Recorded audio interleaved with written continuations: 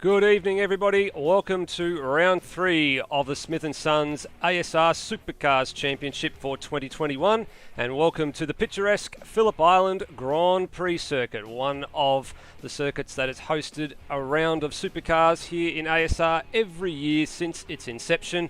And it's had a bit of an upgrade, as you can probably see on a number of the screens throughout the night. There's been a fantastic amount of work put into, I guess, modernising what a circuit that we've had for a number of years, but sort of hasn't been quite truly representative of what it is in real life.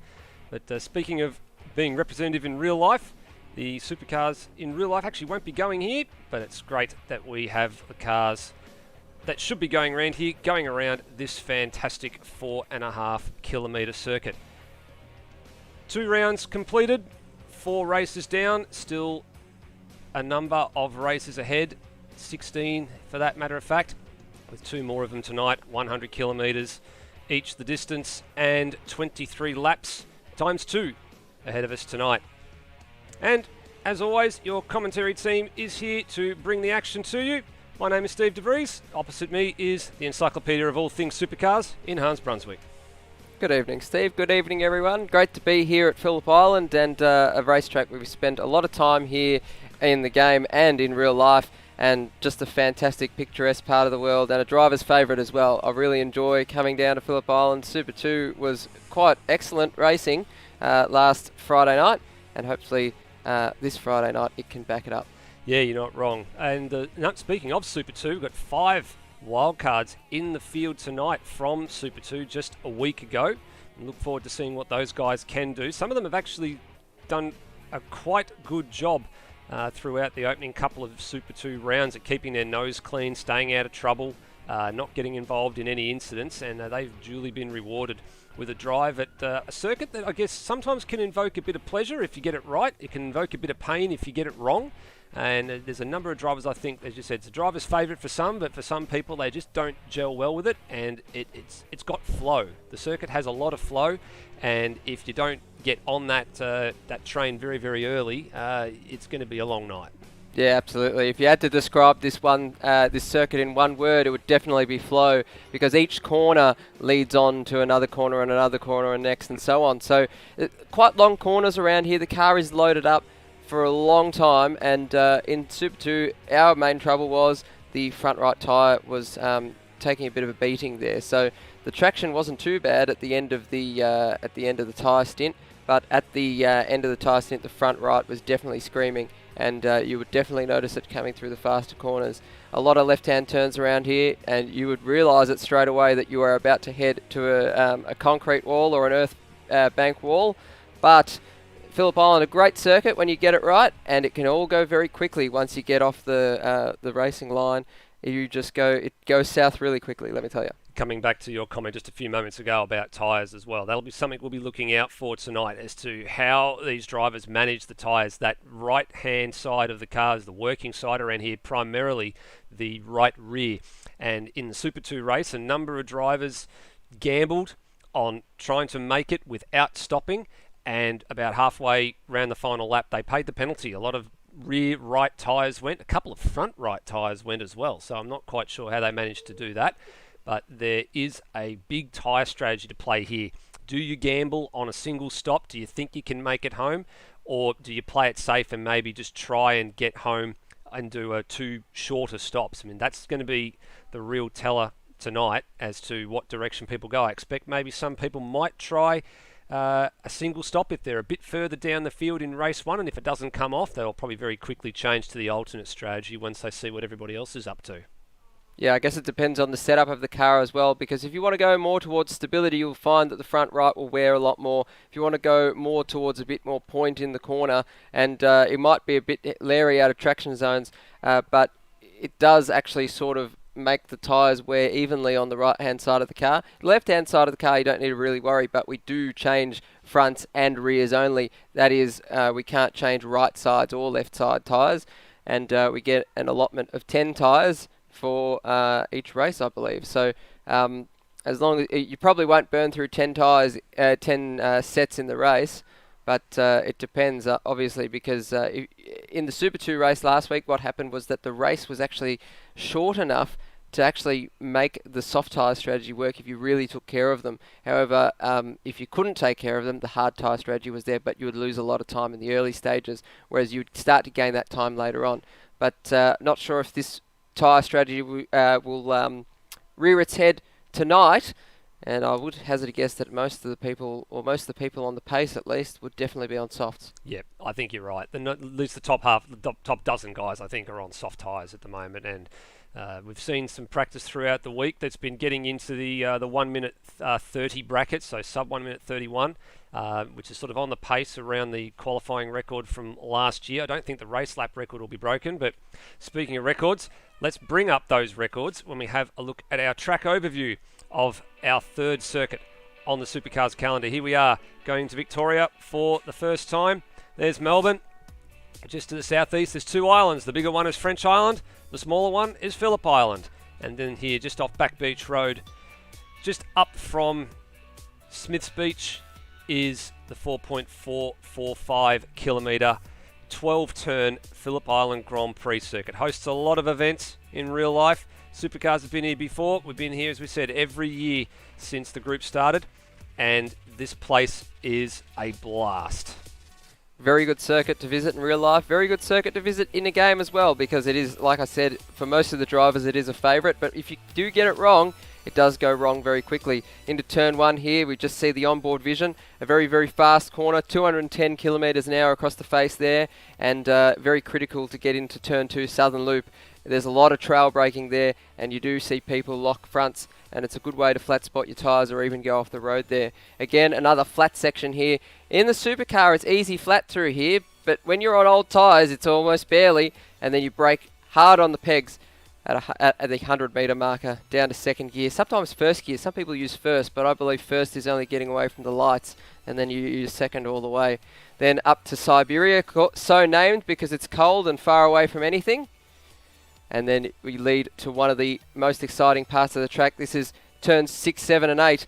And what was affectionately known as hay shed, because there was a hay shed there. It wasn't actually a hay shed, it was a shearing shed. Now it's gone. And that was in the days when they used to farm the circuit in between race meetings, would you believe that? And then down into MG Corner, just over Lukey Heights. A fantastic scenery. A lot of great scenery around here, Steve. And then the short shoot up through turn 11. And then the final corner, turn 12, onto the Gardner Straight. A fantastic race circuit it is. Certainly is. And you can see there your record set last year. The 30.791 in qualifying was actually the top shootout lap last year, the 250 kilometre long distance race. And a week later, the 1 minute 30.543 both set by Kurt Stenberg. Now, the one thing you need to remember is there is a little bit of change in the car setups compared to this time last year. The front ride heights no longer being adjustable means that the lap times that were on your screen just a few seconds ago are going to be very difficult to break this year. So the only addition to the rear ride height this year being the Packer adjustment, and the front ride height is now a control device that's set to a particular height and cannot be adjusted. So an important piece that a lot of drivers used last year was getting the nose of the car as low as possible without scraping the splitter and bouncing, the suspension on its limits, especially into some of those really critical zones like turn 1. You don't use a lot of brake, but you've got to transfer the load onto the front of the car just at the right amount so the car will bite and it'll stick to that inside corner at turn 1. And then, of course, the hardest stop on the circuit, turn 4. You don't want to bottom out the car there. And then coming up to Lukey Heights, coming up and over it, very, very important just to settle the car nicely. You just want the car to bite and just stay to the left for as long as possible. You don't really want to sort of stray out into the weeds and the marbles on the outside of turn 9 before you come over that rise and it just drops away from you because you've got to get on the brakes really, really quickly. So having the front ride height on the car at a place like this, very, very important, especially with some of those long loaded corners.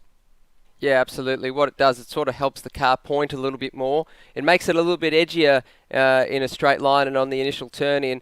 But what it does, it actually is able to sort of hold the car in there, because in any race car, you want to be as low to the ground as possible just for that maximum adhesion. It does sort of change the cambers as well, so there's a flow-on effect from that. But as a tuning tool, you are able to tune sort of understeer or oversteer condition depending on what you're facing. If you're facing a little bit too much understeer, you lower the front ride height. If you're facing a little bit too much oversteer, you lower the rear ride height. So having the front ride height fixed, it's basically a matter of tuning the rear ride height at packers to make sure that you've got the right amount of point in the longer corners, but you've also got enough traction out of the traction zones, mainly out of turns 4 and 10, that you're not spinning up the rear wheels all the time. And then the other thing that goes hand in hand with changing the rear ride height too is it means that rear wing starts to come a little bit more up or down depending on the angle you've already got it. So if you've got a certain amount of wing angle on the car and then you all of a sudden add, say, an extra 1 centimetre to the rear ride height, you're actually sticking that wing a little bit further into the air. So it's actually having a little bit more of a detrimental effect on drag. So then that's another consideration around whether that's good for the car, whether the fact that the weight transfer to the front is better, or whether you want to put up with maybe the 1 or 2k less amount of top speed going down the front straight because you're getting a benefit from having a bit more of a settled car. So there is a bit of a balancing act. It's just that little bit of fine tuning. Sometimes people just want to fine tune in very, very fine increments and just see how it goes before they actually commit to something like that. Some people will like it, and some people will just try and drive around the problem because they don't want the trade-off with something else that is a negative from upsetting the balance like that. Yeah, absolutely. And in cars, for example, around here, in real life, where they have a full floor pan, what they want to do is that drivers have to drive the car in such a way that the car is neutral. It's not it's keep the platform flat is what the phrase the engineers use. And that means to keep the floor of the car flat, that means you're not creating too much, you're not creating the center of pressure going forward on the floor pan or rearward. So then you're not creating an oversteer or an understeer condition respectively. Now, it is a problem when you're trail braking into a lot of corners that this might happen, and also you need to be able to pitch the nose in slightly. You need to be not just using the brake to slow down the car, but also using the brake or the throttle as a balancing tool. And for those drivers that understand that concept, they'll be rewarded here. Yeah, and speaking of being rewarded, we have a look at practice, and there's the confirmation of the practice times of the session having just gone checkered, and you can see there at the very top, defending champion, the man who had the track records last year with the top time, 1 minute 30.735, which is actually under the old track qualifying record. So I did say they'd be tough to beat, and Kurt Stenberg has found a way in the practice session to set an early warning signal, I guess. There's a few drivers that have set sub 1 minute 31s throughout the practices this week as we head over into qualifying. Now, there are a couple of drivers that are in the server that I believe will exit very, very shortly. There was 1 or 2 drivers just cutting some practice laps to see how they were. They're not actually racing tonight. They're putting in their own little private practice. So I think we're set to have a 24 car field, and just getting some wording that we might see Colin Warwick for race 2 this evening. So we will be absent one. But who's going to be the first man out down the pit lane? Looks like it's going to be Tim Redmond for Kiwi Sim Sports. Now, when we show the points graphics a little bit later on, these guys have acclimatised well after stepping up from Super 2 Hans. So Tim Redmond and his teammate Scott Stancliffe, who is just right on cue. He comes out yep, right behind his teammate. Right on cue, he certainly does. And 5 Commodores on the in the pit lane at the moment. But yeah, as I was saying, the Kiwi guys... Now seven Commodores. Yeah, the Kiwi guys have acclimatised very, very well. Yeah, they're doing a great job. And honestly, I was sort of not sure either way, because sometimes you see like a lot of drivers, they're at that skill set where they're too good for one series and then they jump up and then they're not quite there. But these guys have really turned it on, and they've shown themselves why they've been promoted to this. And Kiwi Sim Sports and Tim and Scott have done a fantastic job to present both of these cars out there, to bring a development team as well, and just week in, week out in ASR competition, they're just doing a great job. No shortage of Kiwis in the field too, as you're saying. These two, there's Peter Thrower and NZ Snipes, the Kiwi Sim Sports development team. You've also got Cheese and Freakish holding up the Nissan arm as well, so it brings the total to 4 Nissans on the field and 6 Kiwis in all. So they really are starting to get their skates on. They're in top 10 in points, which you'll see a little bit later on this evening.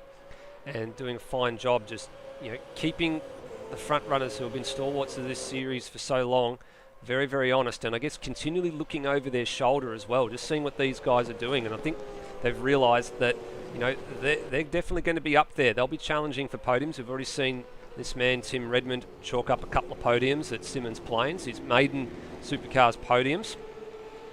And then we've also seen the man on debut at Adelaide in his new team in Peter Savage. He's just in the back of shot in the JB Hi-Fi entry. There he is. He's chalked up a maiden podium or two on his debut as well, and he's going to be, I guess, wanting to hope that his PC holds up tonight. But first flying laps are underway. Got to say, for Pete Savage, it's new all round for him. New team, and this year new sim equipment as well. We go on board with Tim Redmond. As we saw the onboard lap, a bit wide there, not ideal. Sort of skated a little bit at the front, but yeah, as we saw on the onboard lap previously in the track guide, that this track is a fantastic race circuit when you get it right, and you need big cantaloupes to get around here and get around here quickly. Hard on the brakes, probably a bit too wide there. Actually takes a narrower line, it sort of late apex through there. Not really usual to see that, but he might have just gone in a bit too deep into turn 4. Plenty of brake blocking as well on the run to Siberia through turn 5, as we like to call them, the inconsequential corners. Why? Because they mean absolutely nothing. It's basically a kink, that's all it is. You really it's a kink in the road, but and a kink on the map, but all we do is go straight through it. So is it really a corner? We don't know. I'm not 100% sure on that one.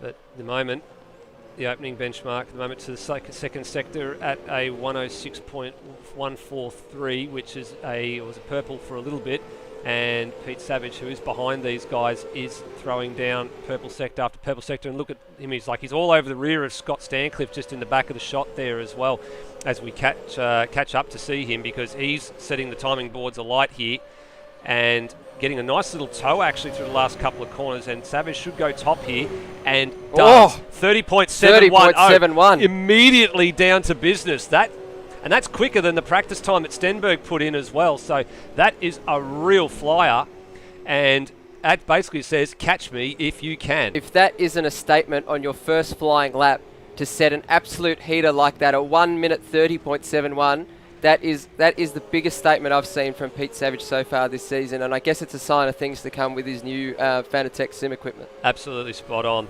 Great curb shot at turn 3. Big thanks to Lewis Wedding for some of the additional track cameras. Some of them are absolutely fantastic. As we watch Pete Savage's teammate, car 51, Termo, aboard the net entry. A little bit wild into turn 4 in the braking zone, just maybe pushing a little bit too hard. And a little bit taily on exit as well, just struggling to apply the power at precisely the right moment. And his time to the first sector was actually a PB, so it was improvement on the previous lap. His last lap 131.705, and we get a second sector readout. He's a little bit wide through Lukey Heights, but gathers it up, and he has lost a lot of time. So he's lost about 2.5 tenths relative to where he was at sector 1 split. Now, what's interesting about Termo, he's just come off a pretty dominant night in the Super 2 Championship a week ago. Yeah, 2 wins. 2 race wins, and I believe he finished 3rd in the second race. A very impressive job from Termo. But we've seen him pull out some good performances in Supercars from time to time, and I did talk him up last round because we saw him pull out an amazing time in practice. But hasn't yet fired for him yet, Termo, but we're expecting to see a good performance from him yet. Will Devonish is slotted into P2, so at the moment CRE occupy the front row of the grid, and the sole Mustang that's really flying the flag for Ford at the moment, and Luke Rosella in P3, currently sat up in the pits. Actually, just talking to Brenton Foley before the racing tonight, not only has he not been well, and we hope he can manage to fight on and get through the race tonight. I actually asked him, I said, can you actually recall if Mustang has actually won a race in ASR Supercars? I said, I know FG has, the Ford FGX Falcon has, of course the VF Commodore has, the Nissan has, and the ZB has. And he said no, he does not believe that we've ever, even last year and the year prior when we had the Anthony Birch Mustang in the pack, it has not won a race. So You're spot on there, actually. I That's can't a very recall, good stat. and I think he's right. So there's actually a lot at stake for Mustang this year. And I think probably Luke Rosella might be the one who can probably get that done. We go back over to Pete Savage. Pete Savage, 30.19 to the first sector, which is about a tenth up. Yep. Purple first sector as well, so he's got the eyes on. He is definitely going for commitment here through the hay shed and up through Lukey Heights. Oh, bit of slide. Yeah, is that going to hurt him? He's got there's a little bit of mid-corner slide, but that's one thing he said he has improved over the last couple of he's nights. still just about the same amount up. I think he gained a little bit, actually, not very much, but with the new wheel, he was actually saying he can actually feel the car a lot better. So catching the car in little moments like that is helping him a lot, be able to keep the thing pointing the same direction and keep his lap time up and his lap speed up. And he's not going to have any problems with this one. Doesn't use all the curb on the outside at turn 12.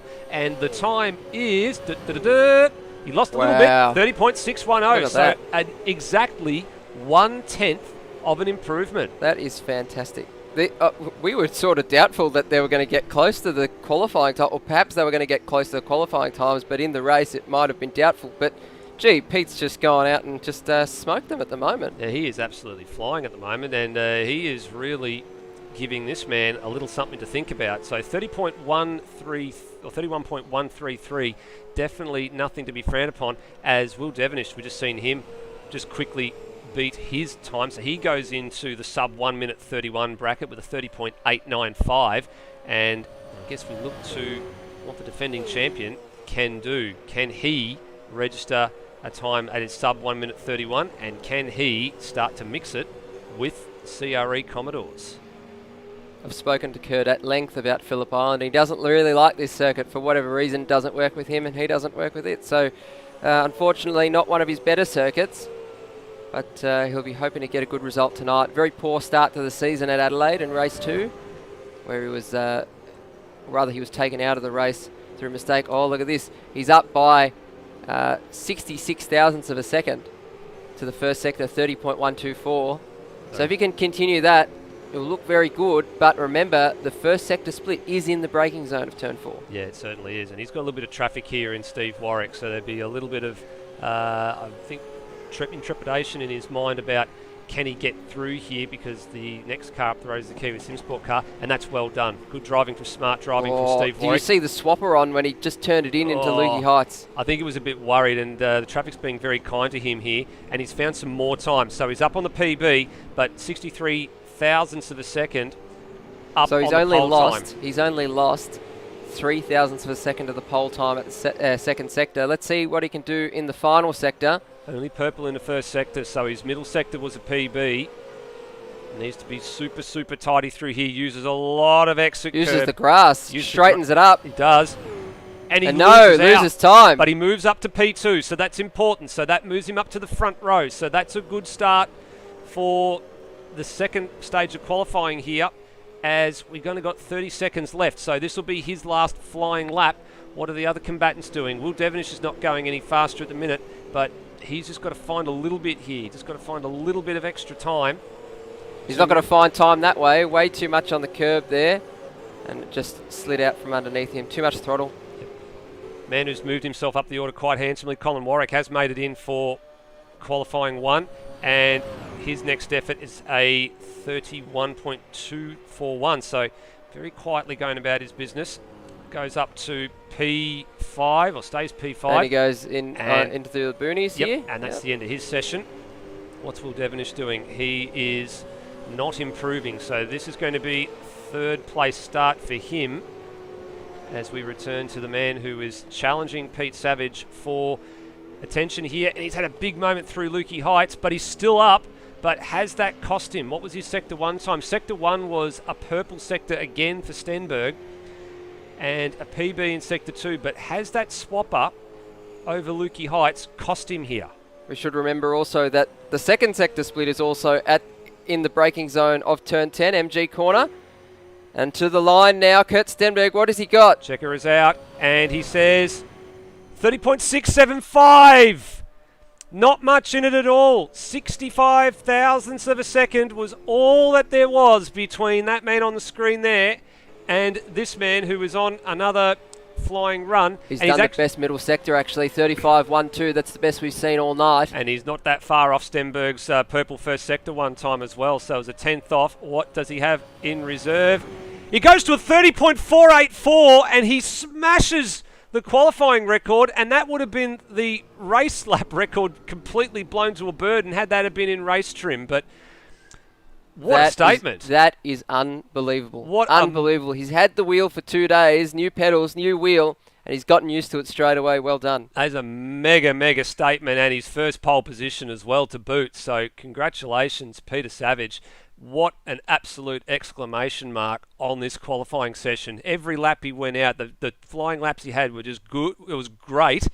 It was absolutely mega, and then it was just off the scale fast. Yeah, absolutely. Definitely off the Richter scale. I think it's a ground-shaking earthquake of an effort from Pete Savage there. Fantastic.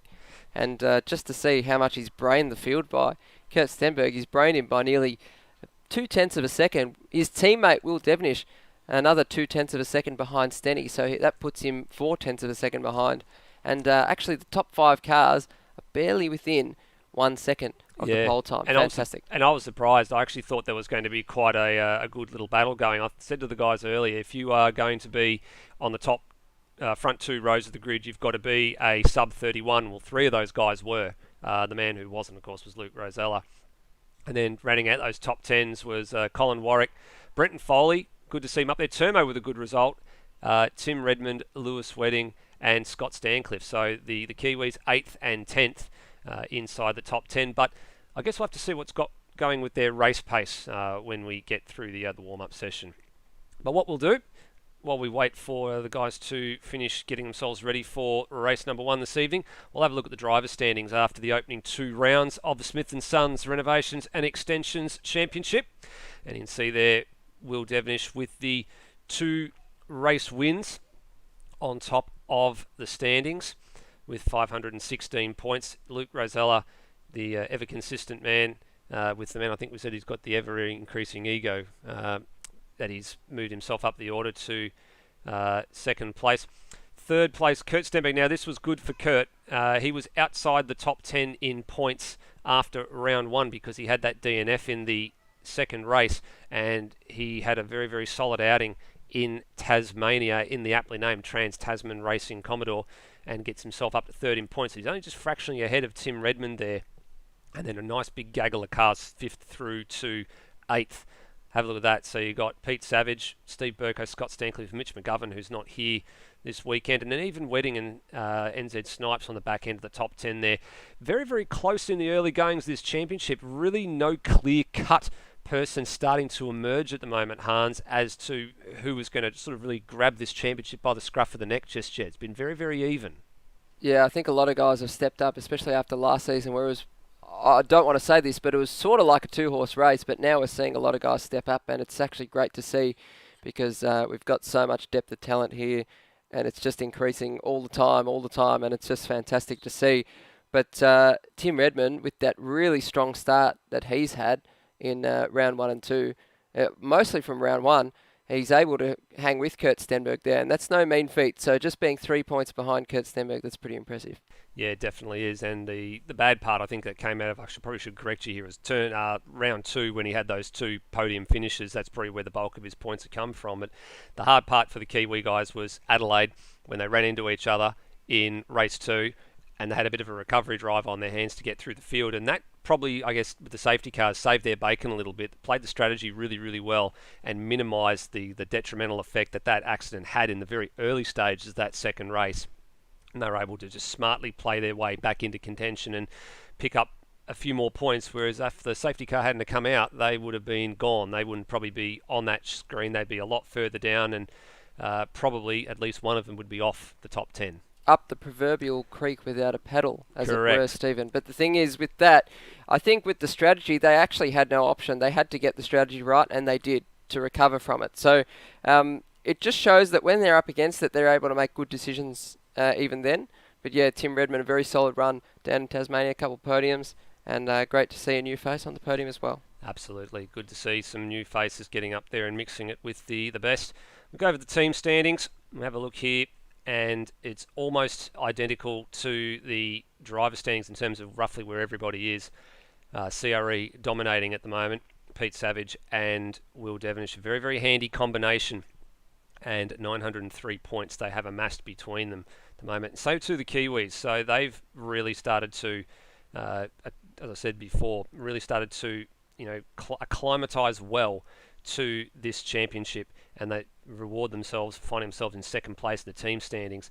And then the lead forward team is Lou Simsport with Steve Burko and Lewis Wedding behind the wheels, and the other Mustang team that was the homologation team for the Mustang this year in Synergy Sim Racing occupies fourth. And I guess the one team on that list there, Hans, that is sort of mid-table. I know it's very, very early, and they probably started to have a bit more of a better uptick in form at Simmons, and it's slowly starting to continue here this weekend, is PBF Race Engineering. They probably won't be happy with sitting there in P5, but there's still a long way to go. Yeah, absolutely. I think the new driving combination, not new in the sense that we have seen it for half of the last season, but new in terms of full-time capacity. Brenton Foley and Brendan Ross stepping in to replace the outgoing Phil Boak.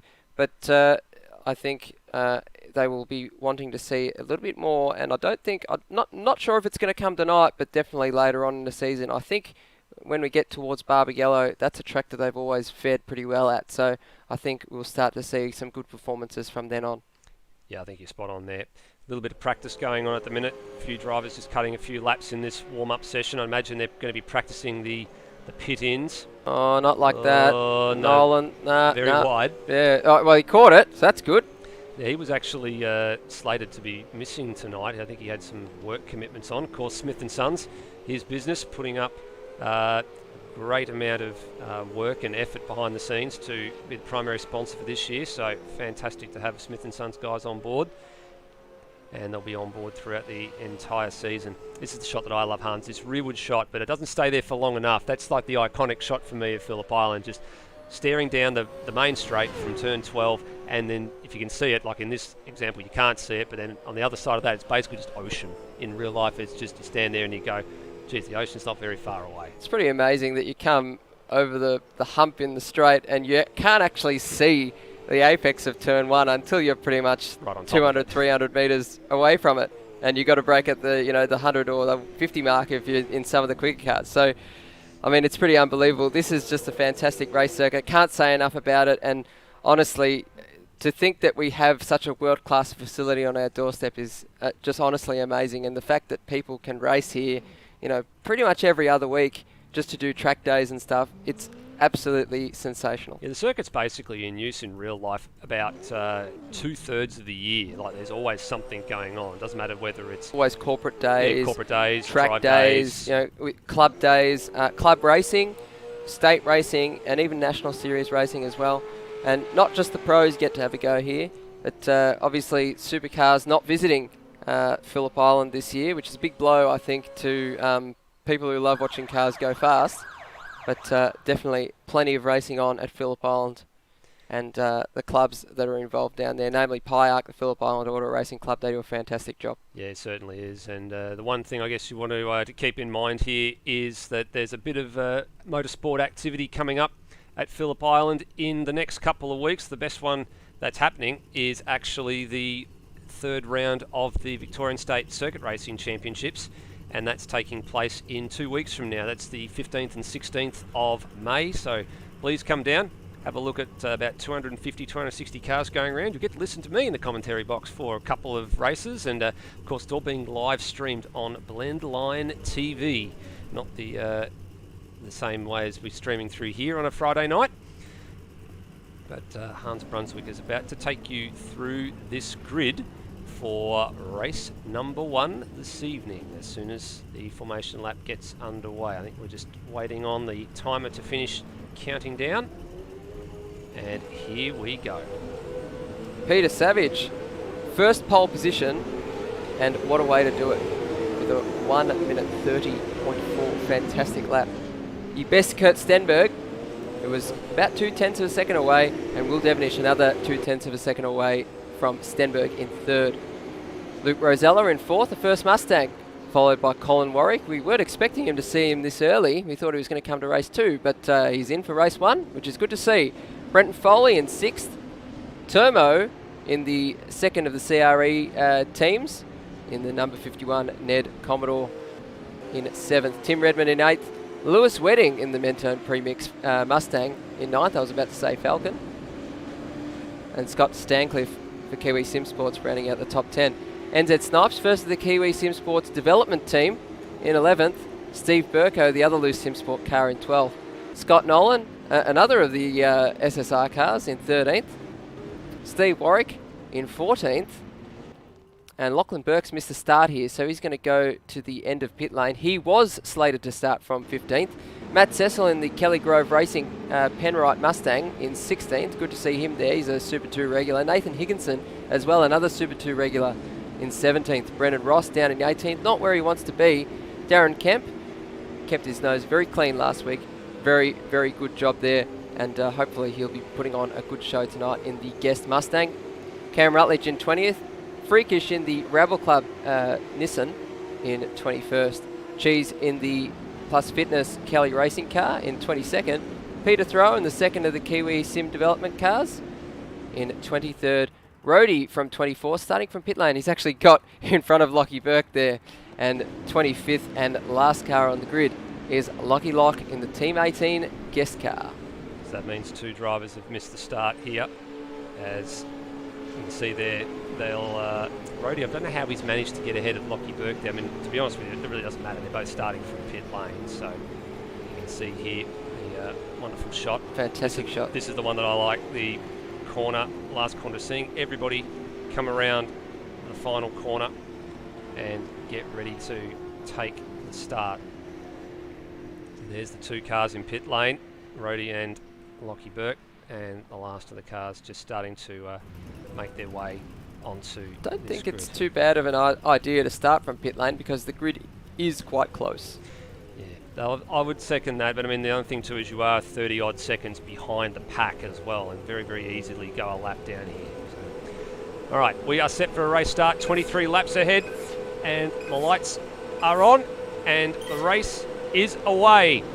Now, look at that for a start. Again, Kurt Stenberg bests Pete Savage at the start, so that's not gone according to plan for Savage. Rosella might buy into this as well. He might find himself moving up the grid to second place very quickly, and he does. He's got that all but temporarily running through turn 2 and moves immediately across to block the line and cut Savage off, and that's going to open the door for Colin Warwick right around the outside at turn 2. And can he hold on to it, or will they have to drag race it and argue the point down to 4? Very poor start for Savage there. He's just gone absolutely backwards off the line, but that was music to the ears of the cars in first, second and third right now. Stenberg, Rosella and Warwick up into the top 3. And Warwick now makes the move down at turn number 4 and says to Luke Rosella, I want second place and I want it early, not later. And Will Devonish has gone back a couple of spots there, and that was very, very overlap touchy. there. Yeah, I think it was only about an inch or 2 of overlap. There was a little bit of rear bumper to front bumper contact between cars 53 and 58, and they'll just hopefully settle down for a few moments and work their way up through Lukey Heights. Oh, Pete Savage is he's inside, around. and that's a move, and around they go. And that means some evasive action here, and Sue's big contact there. That's Foley. That's Foley. He's right into the front of Warwick there. And there's a safety car, so safety car on lap 1. So that was arguing and brewing for a little bit here, and worthy of a look at the Smith & Sons replay. Let's have a look at it from the Brenton Foley perspective as he comes through Lukey Heights here. So you can see ahead, there's the contact. Savage up the inside, car understeered off, and Foley nowhere to go. And he had Wedding behind him, he had Stancliffe behind him, and pretty much I don't think there's anything that Foley could have done about that. I think it was a particularly bad moment for him because both the cars are just the Red Sea split, and all of a sudden there's a car in the middle of the road. He had no time to react, so very, very bad luck there for both Warwick and for Foley. And this is triggering a massive pit lane entrance as well. So let's have a look who's actually come into the lane. So Foley is in here, so too Colin Warwick, and that's we've got there. It looks like Cheese is in there, and Tim Redmond has come in too. So there's at least 4 cars in the lane here. So now, Rhodey and Lockie Burke look like gurus for missing all that now. They do actually. So that's actually worked into their favour quite well. They've actually made up a couple of spots here, and it's only the only spots they've made up is by virtue of the cars coming into pit lane to obviously repair some damage, and probably, I think in some cases, probably to take a couple of, an unplanned pit stop, but buys them a little bit of longevity here, I think, as well. I don't think Tim Redmond was caught up in that. I think he did have to run down the escape road on the outside of the turn 10, turn 9, and by escape road I mean the grass. But Foley is pretty much the major one who had most of the damage out of that one. Savage and Colin Warwick, I think, probably initially they didn't have any damage going through the corner. There's a little bit of side-to-side contact, but it was Foley's contact with Colin Warwick that probably meant that Cole had to pit. And what's that done for Pete Savage? That's actually dropped him down to 15th, so that's a bit of a blow for him, and he was looking good. He was looking really good. So that pole position, that start, didn't go according to plan, and I guess that's just what happens, isn't it? Sometimes you get caught up in little things like that, and it didn't do him very good service. From one extreme to another in a matter of a lap, or less than a lap even. It was no good for Pete Savage, no good for Colin Warwick either, and there is a bit of rub between those two blokes, so I would expect some very heated words to be exchanged in the steward's room. And we have seen some blow-ups from time to time between Colin Warwick and any of the CRE cars. But also interesting to note, I think the CRE team has really patented the backward start here, because when they went off the line, they absolutely went nowhere, both of them, and they lost a good 5 positions out of that. And it wasn't just Pete, it wasn't just Will, it was both of them. So maybe a little bit of starting lessons need to be in order there. Yep, and on top of that, I know Pete Savage only just got himself the CSL Elite wheel and pedal set up in the last couple of days, still getting used to that as well. For a little while, he actually didn't have a clutch pedal because he had the Logitech G27 and that was busted, the clutch pedal that is. So he was actually doing starts without the clutch, and of course he was going backwards. That pretty much explains some of the poor starting we'd been seeing from him. Will Devonish, we know, is a bit of a terrible starter as it is anyway, but I think maybe Pete's just had to have a couple of stabs at the clutch on that start there, and jumped away okay, but then just sort of bogged and had to sort of have another dip at the clutch just to make it move. And by that time, Stenberg, who probably wasn't as good on the reaction time at the start there, he's just managed to jump him just by Pete being slow off the line. Will Devonish again, second row of the grid, slid all the way back to 5th. He now finds himself in 3rd, and that's pretty much just by the fact his teammate has gone backwards. It's quite interesting that Stenny, he doesn't even admit to being a good starter, but when he's next to Devonish or Pete or any of those guys, he seems to look like an absolute guru off the start. So not sure what's going on there, but if you had, say, Tim Redmond up next to him, definitely Tim Redmond would be the better starter. Tim Redmond is very exceptional on the start. So too Scotty Stancliffe. In fact, he can pull out a good start from time to time. But I don't know, let me have a go in one of these things. I want to see how I can go off the start. But by the time we get down to the end of the first lap, I think there'll be a massive freight train behind me willing to fire me off. We'll find out in one of the wildcard rounds later this season, or maybe in an endurance race or something. Let's have a look here as the safety car goes around. So Scott Nolan's found 5 places off the start. 2 of those will be because of the skirmish over the early positions. So he's moved up to 8th from outside the top 10 at the start, and that's actually pretty good for him because he didn't get much practice in at all during the week. As we said earlier, scheduled not to sort of be here. Likewise, Nathan Higginson moved up 8 spots as a result of all of the carnage, and I think probably a good start to boot as well. So I think he's probably the top mover and shaker at the moment with an 8th place gain. So he started 17th. Just doing the mental math in my head, if that's correct. And there's a car that looks like it's coming into pit lane. Maybe a late stop.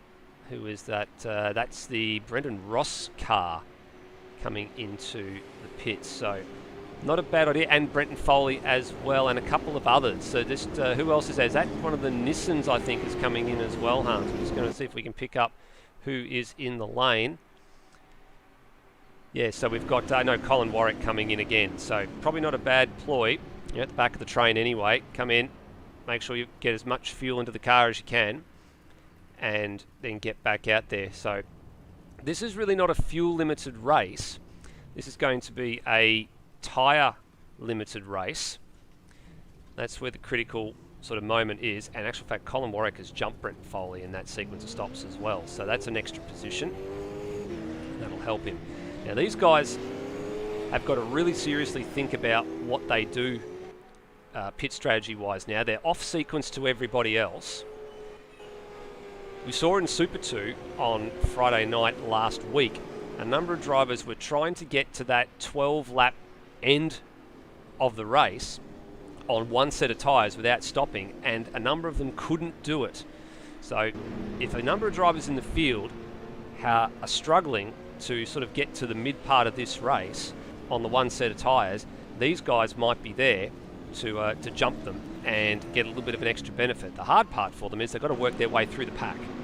Yeah, and they'll definitely be using up tyres there because you're asking a bit too much of the car. But if you're able to be smart about it, you're not asking too much of the car, especially if you're held up behind someone. But there is an urgency to get past very quickly, isn't there? Yeah, definitely an urgency to get past at the moment. And I think some of the immediate drivers ahead of them, so Pete Savage looks like he's come in and had taken some service as well, because he's dropped now down from 15th all the way back to 22nd. There he is, just behind Cam Rutledge. And I think a few drivers that have moved down the order will be looking to get their way through. So the likes of Rhodey and Lockie Lock, I don't think will throw up too much of a fight as they try and side their way through the pack. But this is giving a little bit of respite to the tyres for everybody else that's there. So they should be able to make the half distance mark comfortably and do it on one stop from here. But it's really just going to be a matter of if they try and push the envelope a little bit too much. Just a little bit of lag going on here, I think. So hopefully it will clear itself up in the next couple of minutes. But we're getting ready to go back to a race start here.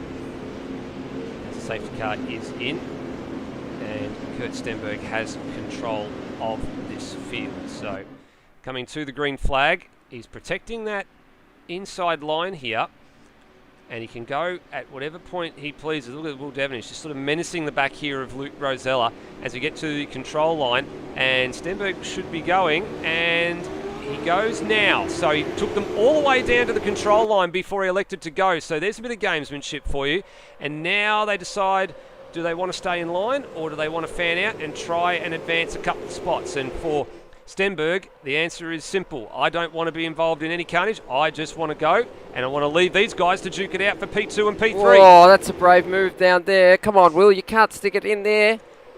And he's obviously it hasn't worked out for him. That's the worry there, because you're trying to fire it into the corner.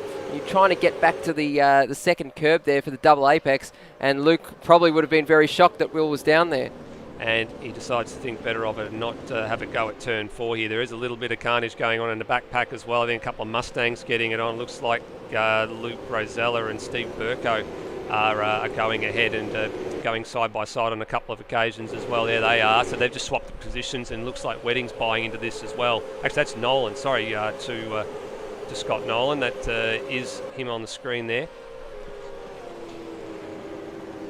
And up to Lukey Heights they go, and they're a little bit wide. That shot is so deceptive. It looks like they're wide there, but sometimes they are genuinely using that wide line to try and set themselves up to...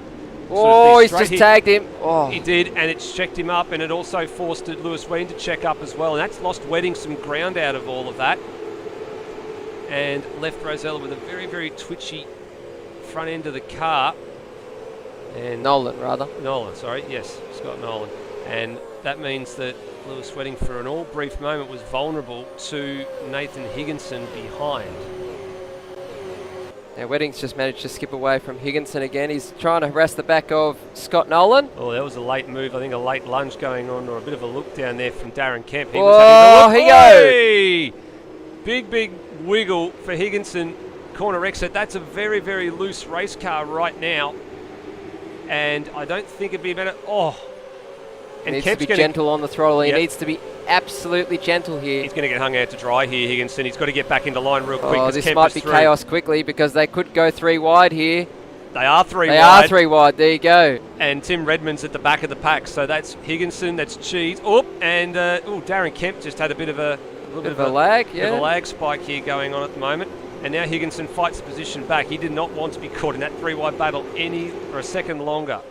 And I was just about to say, opens him up to Lockie Burke. Now Lockie Burke, he's managed to power his way through the field after starting from pit lane. Very good job there. Old sparring partners, in fact, Darren Kemp and Lockie Burke from the Super 2 round last week. They are. Oh, a bit of a lock up there. Does he go wide? And Higginson's off the road. Yeah, he's gone. So he's off the road at Lukey Heights. There he is over the back of shot. So just overcommitted a bit too much. And through he goes. And then look at this. Through the pack comes Tim Redmond. He's the driver that's had the best run through the pack at the moment here, Hans. So he's started, I think it was about 20th at the restart. He's already back up to 12th, knocking on the door of the top 10. So the traffic's been really kind to him. And then Pete Savage is about another 3 or 4 spots back. So he's actually following the wheel tracks of Colin Warwick here. But this is such a tricky situation for them to pick their way through. And these cars are racing for position, so they don't have to give up easily. We see Darren Kemp making it very hard for Redmond there, and Redmond looks like he's probably got the job done now. Yeah, hard but fair. Kempy, he's really been coming on strong with the hard but fair racing. In the early days, there was a little bit of moving under brakes, which we'd all laugh about, but Kempy, he's proven himself to be very good with the racecraft. Well, there's been a bit of an issue down here. I think it was for Will Devenish. I think he had a little bit of a stab at Luke Rosella at turn 4, and he was deep. And Rosella got him on the switchback quite comfortably. So that was a change of position for about 2 or 3 seconds. We look at this on the Smith & Sons replay. Looks like that Devenish may have come from a long way back here, if that is the case. And what happened here? What's he doing? It was a late move. No, and you can't do that. No. All this does, Steve, is it slows down the car in front, and all you're going to see happen is Stenny's just going to run away if that keeps happening. Yeah, you're spot on there, Hans. You come from a long way back. It's not like he was actually following deliberately 100% in the wheel tracks and just darted out at the last minute to make the pass. He came from at least half a dozen cars deep, and a little bit of action back in the pack as well. So Darren Kemp fast becoming a cork champagne bottle here, and there's plenty of rubbing and door banging and leaning on everybody here. So that's 6 cars in this pack. Darren Kemp, Matt Cecil, Colin Warwick, Pete Savage, Brenton Foley and Freakish at the back of this train. And here we go, round 2, ding, ding, ding, and I think Colin Warwick... Oh, there's a car off the road. There was a car off the road at the front. Yep, there was, and I couldn't quite see who it was, but there's a puff of smoke there, and Scott Stancliffe. So that must have been a pinched brake or something for Stancliffe.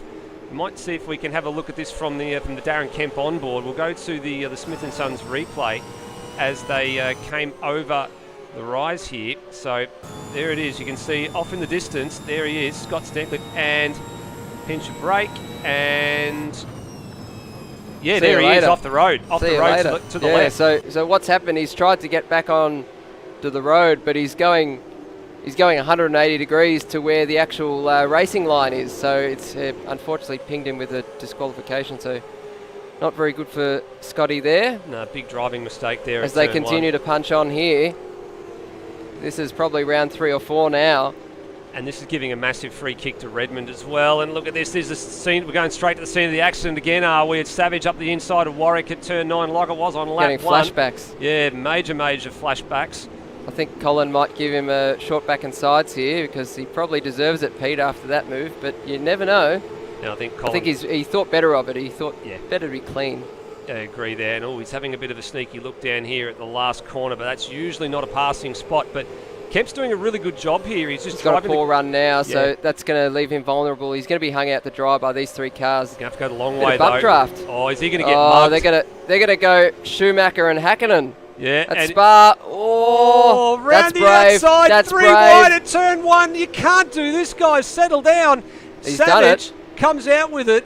how they got through there 3 wide. That is probably one of the moments of the season, I think. Devonish off the road again at turn 4. Sorry, Steve. He's just done the same thing as a couple laps ago. There he goes. He's gone through at turn 4, and we cut back to this battle just really quickly just to see what is happening in this one here. And I hate to say this, but Savage has probably got the best of this exchange for the moment. Now he needs to make hay while the sun shines and really clear away fast. And Warwick decides, I want to, late lunge there, and no late room. But tell you what, fantastic drive so far from Darren Kemp. He is really fighting hard and giving these guys a real headaches at the moment. He's making them earn every spot, and rightfully so. And they finally, Warwick manages to slip through at Lukey Heights. We saw some pretty ordinary driving on that one from Pete Savage, but he's actually made up for it by using Darren Kemp as a pick. He goes back down the inside, sends it down the inside of Colin Warwick. Bit of hip and shoulder there.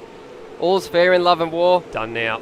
That's it. So the move is done. So that's given Savage about a second's break.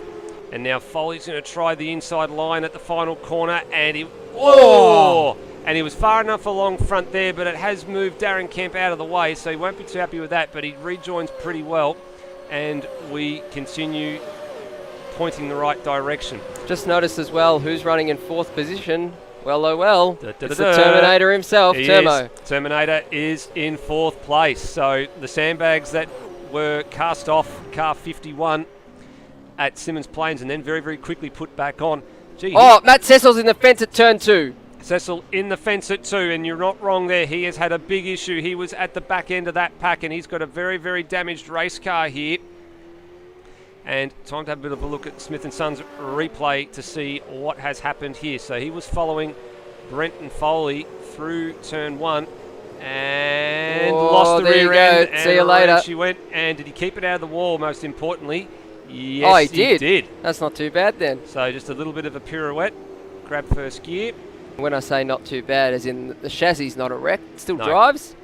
4 flat spotted tyres and away she goes. When you said he had a damaged race car, I thought immediately, he's going to have a major problem here. But no, he's not done I too thought badly. he hit the fence, but thankfully not. He's able to continue on.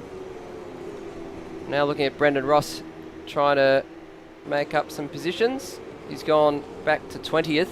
Off the start, very chaotic start. Now Termo's moved up to P3 here, Hans, I think, because Will Devonish has decided he wants to take this stop. Now this is early. This is with 13 laps to go. This is going to be a stretch on the soft tyre. I'm not 100% sure this is a wise move here.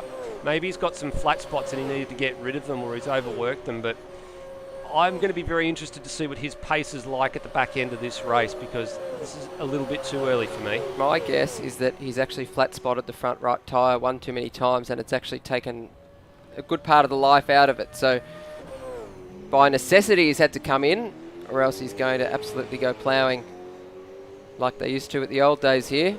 There he goes. So he's now coming out in 21st place. So just in front of Rhodey now. In front of Rhodey now. He has obviously made his compulsory stop.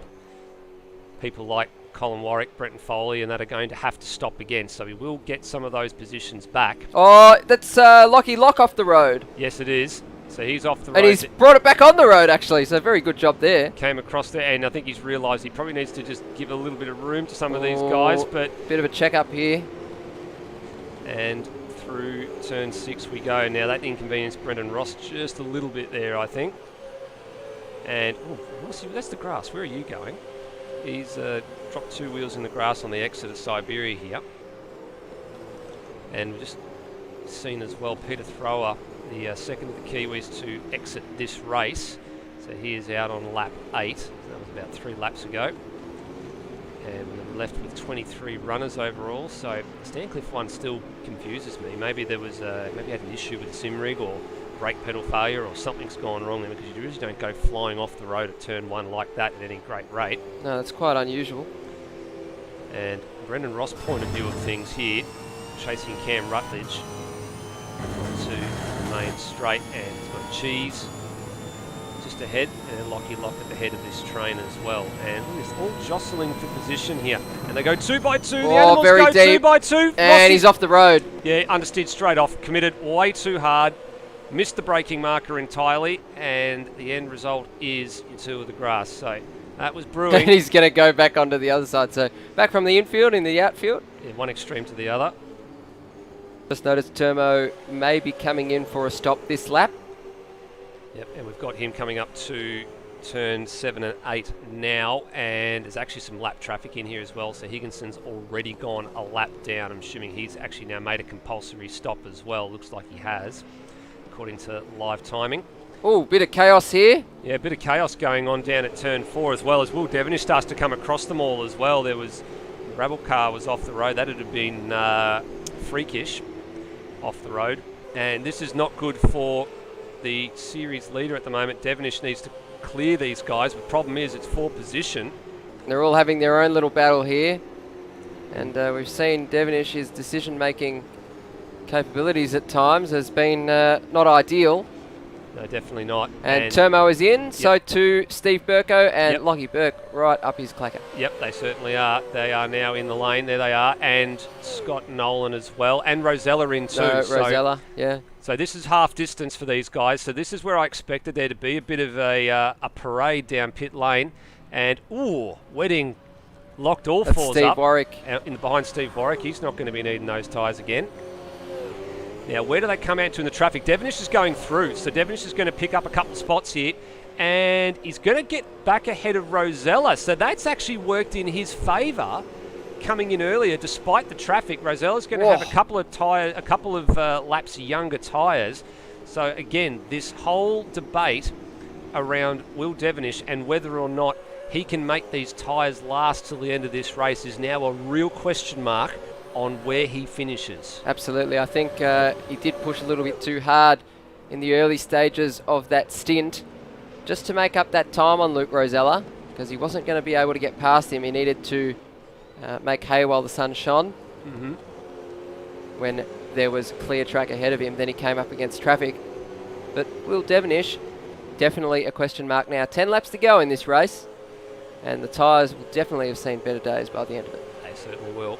Actually, coming back to our conversations a few moments ago about what might have been the reason for Scott Stancliffe off the road at turn 1, he actually got a bit of a nudge from somebody, so we're not quite sure who that person was. Race leader in the pits. And here is the race leader in the pits. So Stenberg in from position 1, and where he feeds back into the traffic is going to be very, very important here. So there is his nearest nemesis on the move coming through turn 11 and 12, and Stenberg, you can see bottom of your shot there, is already on the move. So it'll be a net. He won't lose the lead. He won't lose the lead at all.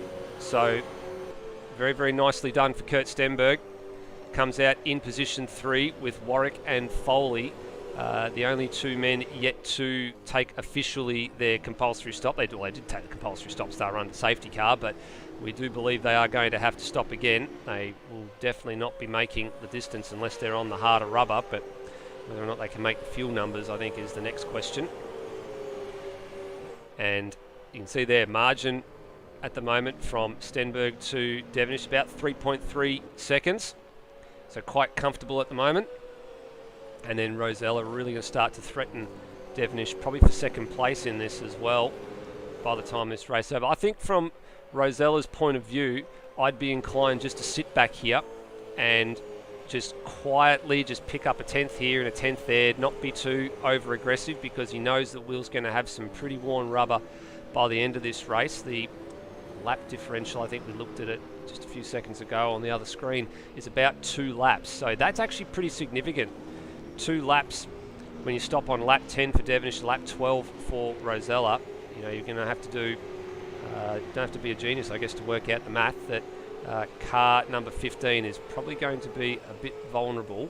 I would imagine probably around about lap 20 to 21. I think that's probably where the interesting part of this race is going to come for these two gentlemen. Yeah, spot on. But I think the issue we do have is that you can't really pass cars with extremely worn rubber. And Will Devonish pass this lap of the race, 1:31.712. But with extremely worn rubber, it becomes very, very difficult to take a big, deep breath under brakes. You start locking the inside front down at turn 4, which is actually one of the hardest working tyres here, the right front. And it is very difficult. So if Luke Rosella wants to race him, he needs to do it early. But if he wants to just wait for Will to make a mistake, he can hang back there. seen Colin Warwick's come in to serve his stop, so he stays inside the top 10. So that's actually a pretty good recovery job from Colin Warwick. Bit of smart play there, being able to blaze along on a good new set of tyres after that collision. Just make the most of it and get through the traffic as best as he could. And top 10 for the moment. The next question will be where Brenton Foley fits into all of this. Stenberg, meanwhile, has blazed along and set a purple first sector. And we get another sector read for him over the top of Lukey Heights and down into MG. And wait for that to come up, and it's another purple sector. So purple in 1 and 2, and looking set to take the fastest lap of the race this time around on lap 15. Just noticed Termo's been pretty solid on that lap as well. His first 2 sectors have pretty much matched him with Luke Rosella. So you know you're in good company when you're up against Luke Rosella. There you go. Fastest lap of the race, 1:31, 1:10. Yeah, big lap there for Stenberg, and he goes through to P1 as well, which means Brenton Foley has taken his stop. There he is in the lane, and out he comes. Now, where's he going to feed into this? He's going to come out in position 10. So he's actually going to be behind Colin Warwick. There they go, just on the side of your screen there. And he might lose one more, I think. Scott Nolan's coming with a full head of steam. And yeah, he's going to lose P10. So he'll be 11th, and he'll come out between Snipes and Nolan. And with a head of steam too, I'd imagine. So he's got some good rubber on that. And he can really harass the back of Scott Nolan now for P10. Just noticed the gap between Luke Rosella and Will Devonish has just dipped under the 1 second mark. So it's now about 0.98 of a second going into the first sector split. And their lap times are pretty similar too, Hans. We look at their best lap at both done a 1:31.7, and their last lap around both did a 1:30.8. So they're pretty much almost joined at the hip here, these two. The gap's closed down again. It's closed down through MG. I think he made a lot of time over Lukey Heights there, and the sector splits seem to reflect that. So he's actually gained a 10th in sector 1. He's gained 2.5 tenths in sector 2. And this is now, I think, the time where he just starts to apply a little bit of pressure, maybe just to start to zone in a little bit on the back of the Commodore. And PB lap as well as a result, 31.6. And it was actually a PB, sorry, not a PB for Will Devonish last time around, because it was a... lost half a second lost half a second. So now you can just see him starting to just drive it a little bit harder into some of these corners, Luke Rosella. P2 is on offer, and currently being second in the championship. Anytime you can finish ahead of the championship leader, it's a good day. Yeah, spot on here, and I think he needs to give a bit of return serve for some of the really ordinary moves down at turn 4, and that's really ordinary for Nathan Higginson. Yep. Very, very poor braking performance there. He's just off the road, and it looks like he's just gone into the he's gone in the weeds. I think the pits there. Has he gone in the back door? No, he hasn't gone in the back door on the way to the pit entry, but or every other. He was just going to go into the pit paddock and maybe pay a visit to the track cafe there. Might have. You have to travel a fair way to get there. The important thing, though, is it actually presents. And Rhodey's gone. Yep, Rhodey's off the road too. Now this will be another yellow flag, I'd imagine, in this sector. Oh no, he saved it. How's he done that? Oh, that is worthy of a replay. We've got to find that on the replay. So I think, he's actually had a, he's had a moment there. Computer lag. That'll do it. Let's have a look at this on the replay and see what happened here. So I thought he was gone. You and I both thought he was gone here. So I was about to say there's going to be another yellow flag in this sector. What did you do? So you got the grass, caught the thing, and yeah, he saved it.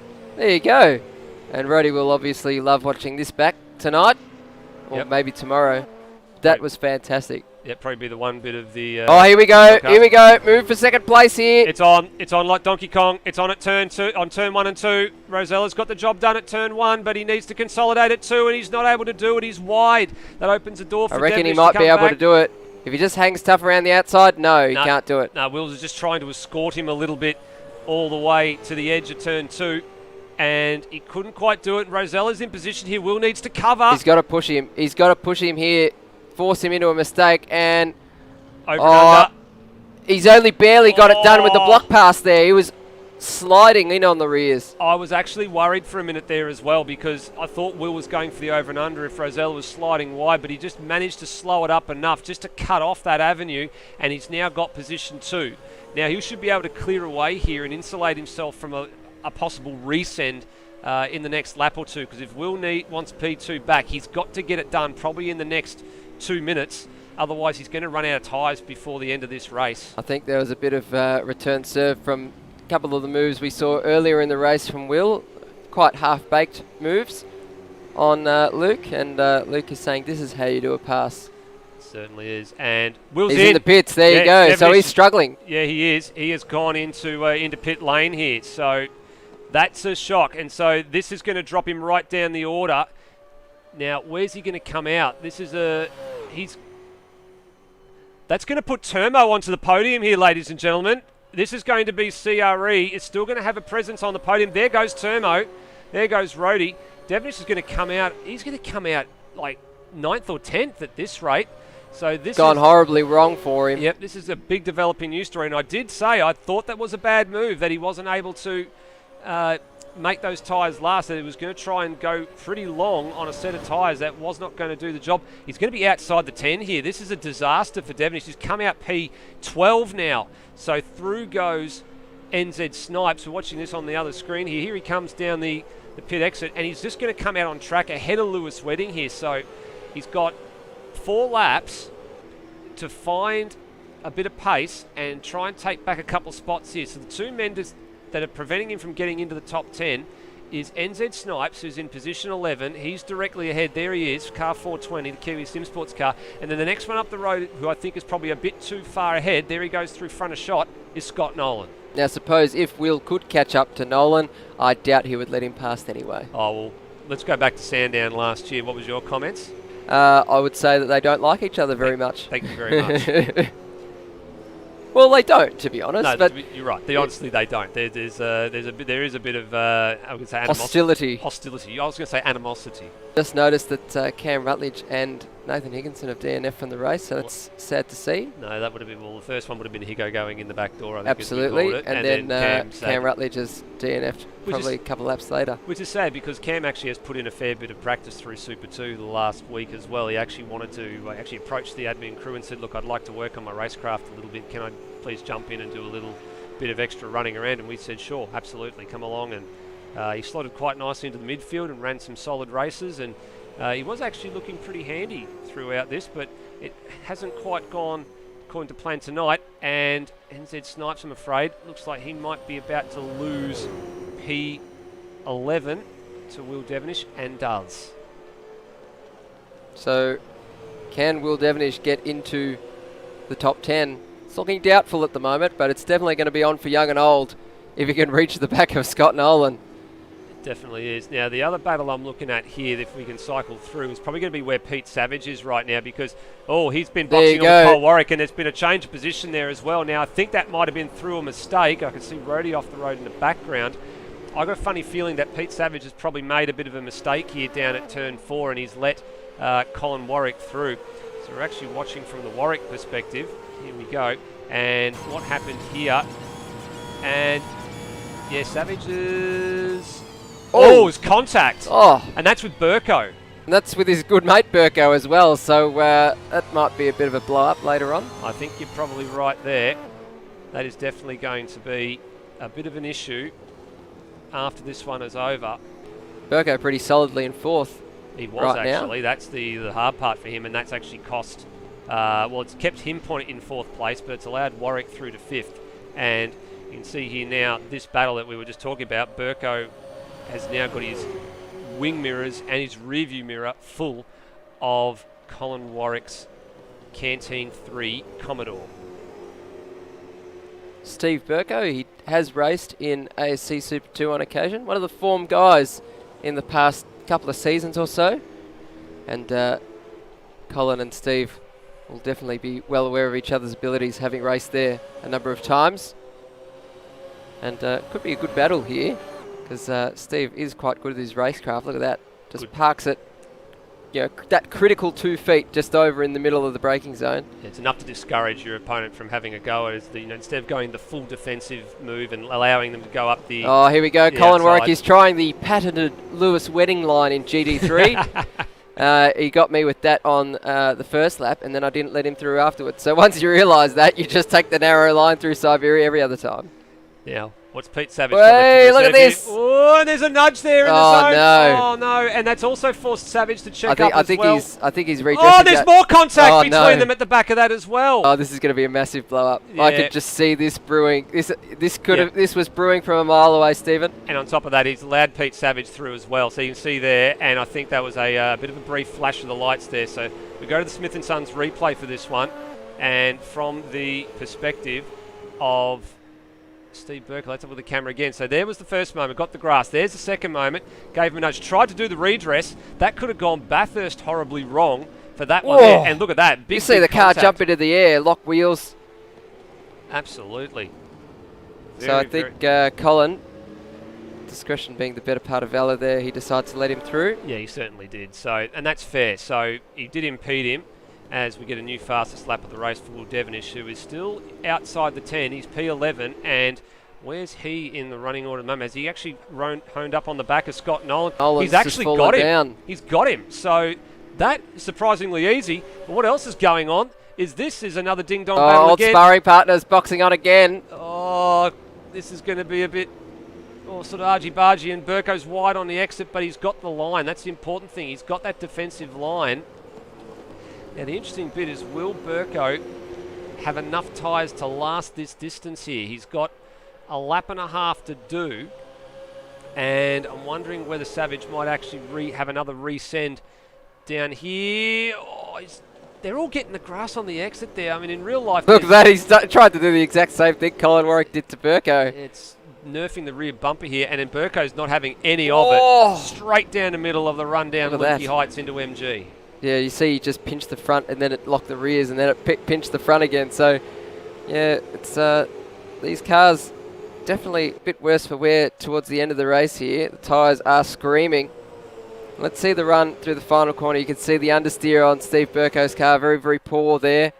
And he might get hung out to dry here if Colin Warwick's close enough. No, he's not. No, he's going to be around the outside here. Pete Savage is the one to watch whether or not he's got any rubber left to go right around the outside at turn one and put himself in position. He's not going to make it that easy. And oh, no, he's had a lag moment. Yeah. So he's just gone. We were riding with him.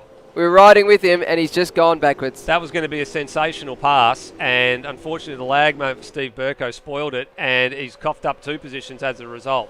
We'll go to our race leader, who has had it pretty much all his way, apart from in the pit stops when he lost the race lead, but he has driven a very, very fine race.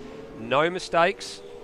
Great start off the line, and he has never really been challenged in this one, Hans. Yeah, absolutely. They've all torn each other limb from limb, and watch this guy just absolutely run away. And this is not a bad effort for a guy who says he doesn't really like this track that much, and that's what you got to do sometimes. The tracks you don't like, you got to pull out some good performances, and Kurt Stenberg takes a victory in race 1 tonight. Race 5 of our championship. Well done. Second race win of the campaign. Oh, it was a flat tyre. Is it a flat tyre for Luke Rosella? Is he's going very slowly? He'll definitely keep second place here. He will keep second place, and yeah, I could just see, and he's very, very happy with that one here. And I think the Quad City DJs are going to be ready here because it's all aboard the train. The Termo train has entered the station, and Termo gets a maiden Supercars podium. Fantastic. This has been threatening for quite a while now. Termo's put in some great performance in Supercars. Pete Savage in 4th. We should go back to him. And Colin Warwick in 5th. They had a pretty massive ding-dong battle, and hopefully it doesn't go any further than that. Lucky Burke, would you believe it, is up into 6th. And he missed the last round too. And in Adelaide, he was very, very good and had a good top 10 finish on debut as well. That is really not good. A bad effort for starting from pit lane. So well done, Lucky Burke. Yeah, absolutely. And that's the exclamation mark on that one too. He started from pit lane. And then you got Redmond, who was involved in who was one of the very early stoppers, and he's come home inside the top 10. So Kiwi Sim Sports have something to be proud about here. Brenton Foley, that's another good recovery drive from him as well, after again being in the pit lane with massive damage. And then Will Devonish got up to 9th at the end of the day. So And then Steve Burko must have had another moment because he's ended up P10. So Will Devenish gets a couple of easy spots at the back end of this race.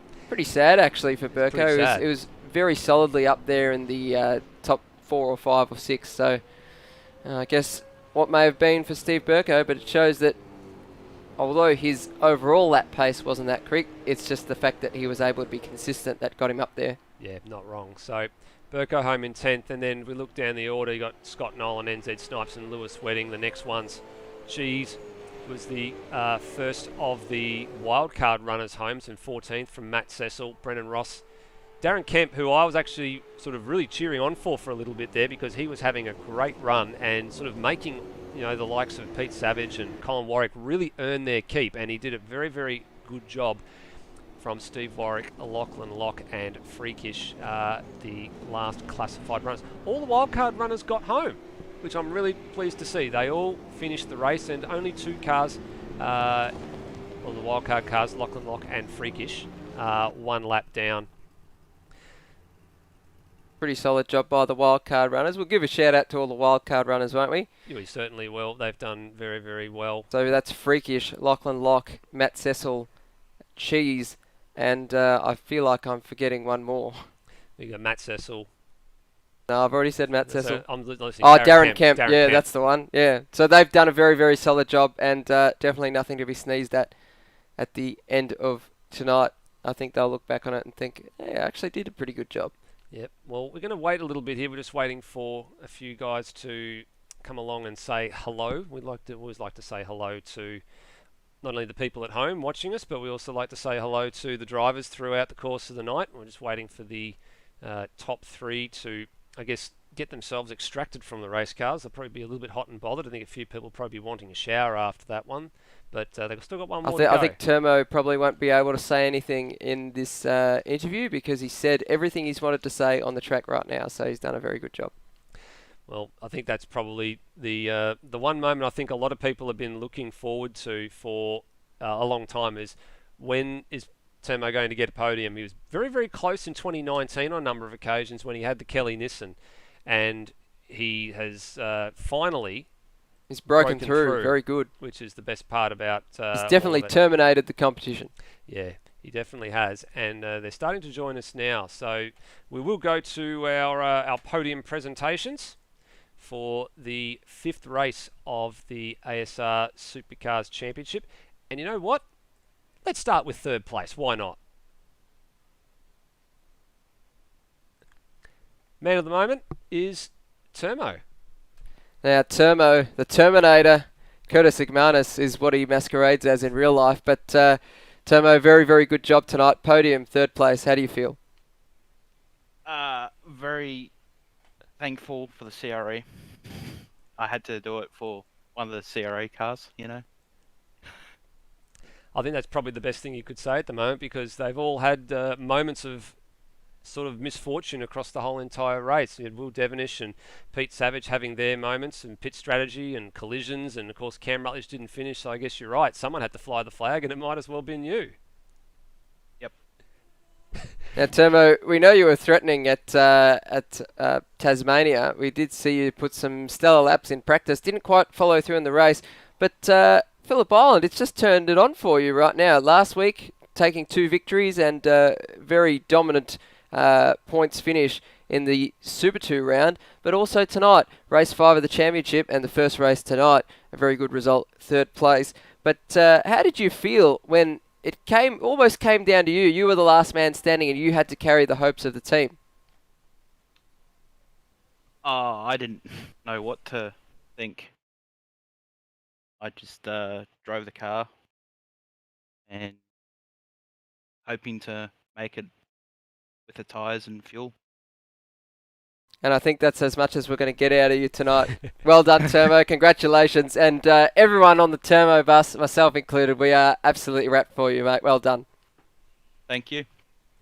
Yeah, good job, Termo. That's I think one of the best things we've been looking forward to all season long, and one of the highlights of the year. Termo with a great finish on the podium for the very, very first time in Supercars.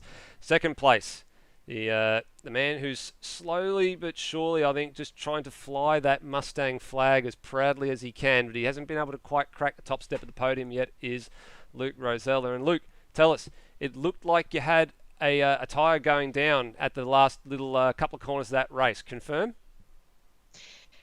Yes, it was. Yeah, it was very, very flaccid, might I say, that tyre. Yeah. But despite that, I'm really, really chuffed for second place. I think it's the best we could probably do tonight. Good pace, but good job for Stanley. He was just too quick tonight. Couldn't run with him. Yeah, it was a very entertaining race.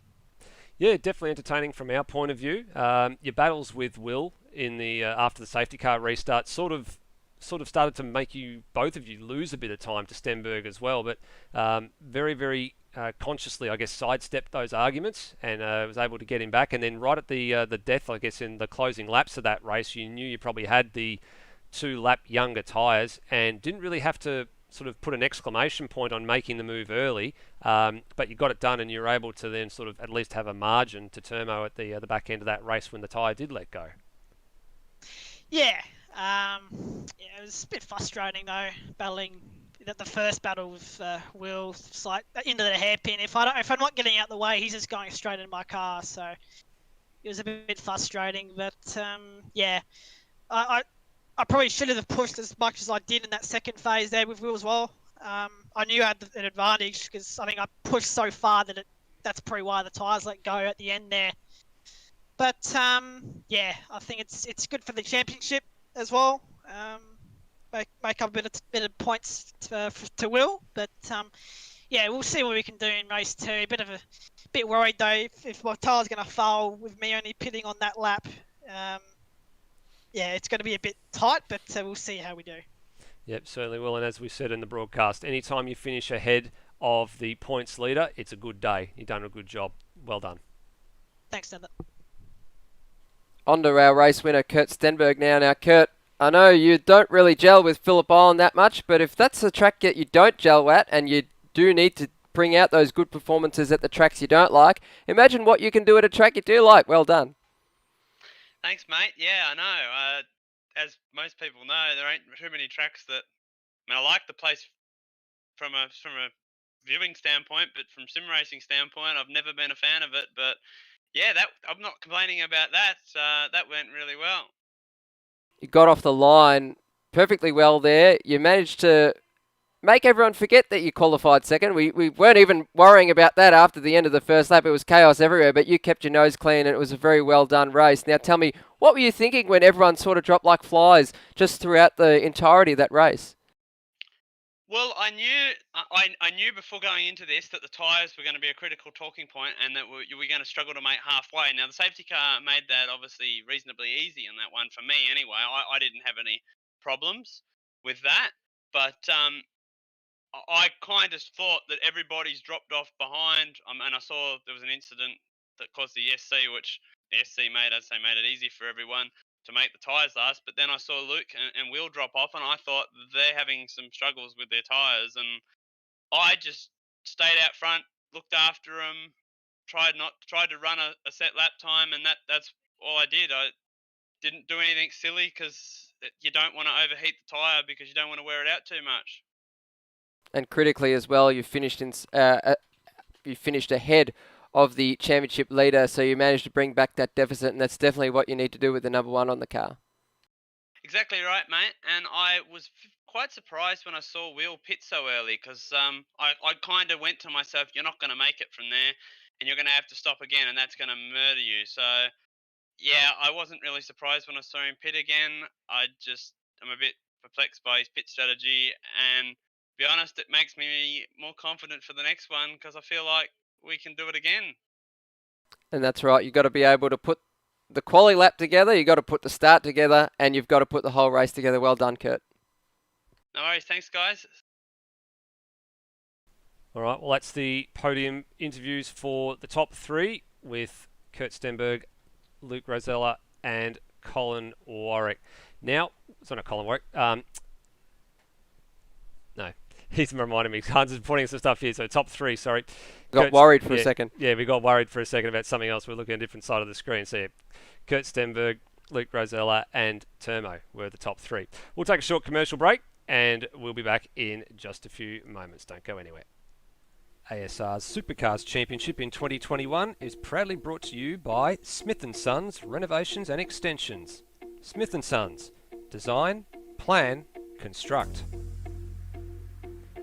Cam Rutledge Electrical. And Matt Harvey Repair and Shoon.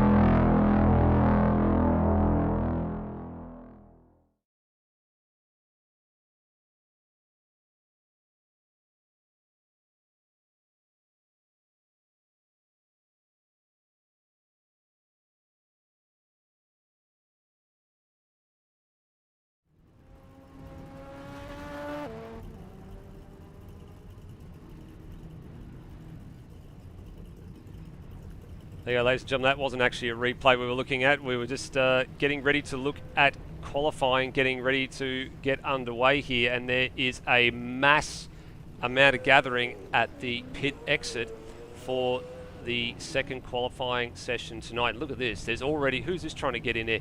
So you got Lockie Burke, who's sort of cut the nose off of Cam Rutledge here, Hans. You got Rosella is in the lane, thank goodness, and a few guys being pretty courteous here and letting the other guys go out. Will Devonish, geez, letting Kurt Stenberg go out ahead of him there. So that's a little, if we talked about last time out Simmons Plains, the pit etiquette just going right out the window, and a few more examples of that in that one. But then there's the other half of the argument. After you, sir. Oh no, please, after you. No, after you. I mean, it's nice to see that no one's running into each other or trying to cheat each other out of a spot, but I guess, you know, I mean, are you rivals or what? Are you all going to go and hang out for coffee afterwards? I don't know, but no, I guess it's good. It is a bit of a joke when you sort of see a bit of the shenanigans in pit lane, so I'm glad they've cleaned up their act. A few guys coming back into the server as well. Plenty of drivers having their game crash over the course of the night as well. I think Brody was one of those. Actually said the third time it happened to him where the display driver went, it was terminal, and that was the cause of that spin that he had that he somehow managed to save. And he's back out there now as well. Full complement, 25 cars. Good to say, happy to say that great to have not only all the wildcards finish that particular race, but good to see the continuing good turnouts for the championship and for the first of the Victorian circuits on the calendar. The second, of course, is going to be round 7, Hans, which we've got in about 12 weeks' time, which will be at Calder Park, and happy to announce that's actually going to be retro rounds in lieu of Sandown not being on the calendar this year. It's good to go to a circuit we've had for the last 2 years in the calendar. It's been very, very popular, and I can't wait for the audience to see what Calder Park actually looks like for the amount of work that Lewis Wedding's been putting in for it, because let's just say everybody's in for a bit of a rude shock. Yeah, I find it's probably going to be a lot better than what Calder Park looks like in real life, so we're keen to see what Lewis has managed to do there, because he does some pretty good handiwork with the tracks and he pretties them up to a very, very high standard. Yeah, we're not going to sort of give away all the secrets just yet about what's going on, and that's kind of the reason why we're sort of making it retro round, because you know it's a retro track, but the track's actually going to look a lot better than it actually ever did in real life. So it's sort of a bit of a play on words, I guess. Retro round, sort of, you know, what's old is new again, old school, new school, that sort of thing. So we'll be happily looking forward to that in round 7. What we're looking forward to now is seeing the lap times that everybody can produce. So at the moment, Colin Warwick is the man that we are watching in car 53, and he'll be the first one to post a lap time in this second qualifying session of the night. He's got a fair bit of pace on board, Colin Warwick. More so the race pace than outright quali pace. But he's looking to move himself up the grid. And we're about to see what sort of lap time he's going to come across the line. It's probably not going to be a 30.7 like it was in the last session, but we're going to see. Uses all the curb there, or could use a little bit more, but that's all right. Straight line to the finish line, 1:31.32. That's not too bad. No, good opening salvo, and straight to the top of the standings. You can see all the time starting to come in. Termo not too far behind. Scotty Stancliffe across in third. The man Kurt Stenberg first into the 30s, 1:30.983. And Will Devonish behind has just started. Actually, he must have had a poor lap because he didn't register a time.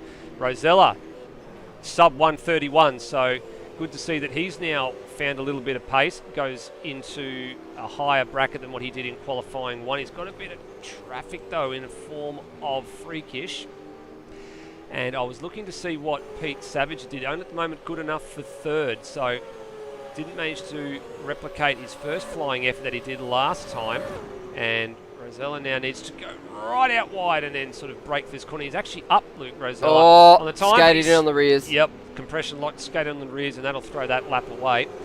At the moment, it was Purple Sector 1 to Pete Savage, Purple Sector 2 to Stenberg, and Purple Sector 3 to Rosella after the first round of laps.